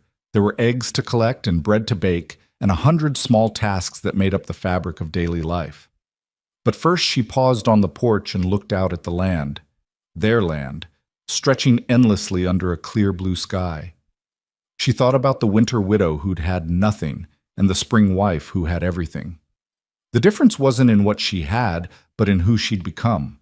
A fighter, a mother, a partner, a woman who'd survived and built and created something beautiful from ashes and determination. Samuel joined her on the porch, slipping an arm around her waist. "What are you thinking?" "That I'm grateful," Evelyn said, "for all of it, the hard parts and the good parts, because it brought me here, to you, to this." He kissed her temple. "We brought each other here. That's how partnerships work." Inside, they could hear Mila singing to herself while she set the table. Rose gurgled happily in Evelyn's arms. Through the window, the Kansas prairie stretched out to meet the horizon, wild and beautiful and home. "Come on," Samuel said. "Let's go inside. Our family's waiting." Our family. The words settled into Evelyn's heart like seeds finding fertile ground. She'd lost everything once, had stood in the wreckage of her old life and thought there was nothing left to build from. But she'd been wrong. From nothing, from loss, from the simple act of one man offering his name and another woman accepting it, they'd built this. A family, a home, a life. It wasn't rescued. It wasn't charity. It wasn't even romance in the traditional sense. It was choice, daily choice. The decision to stand together, to build together, to become something together that neither could have been alone. And that, Evelyn thought, as she walked into the warm house with her daughter in her arms and her husband beside her, was worth more than any fairy tale.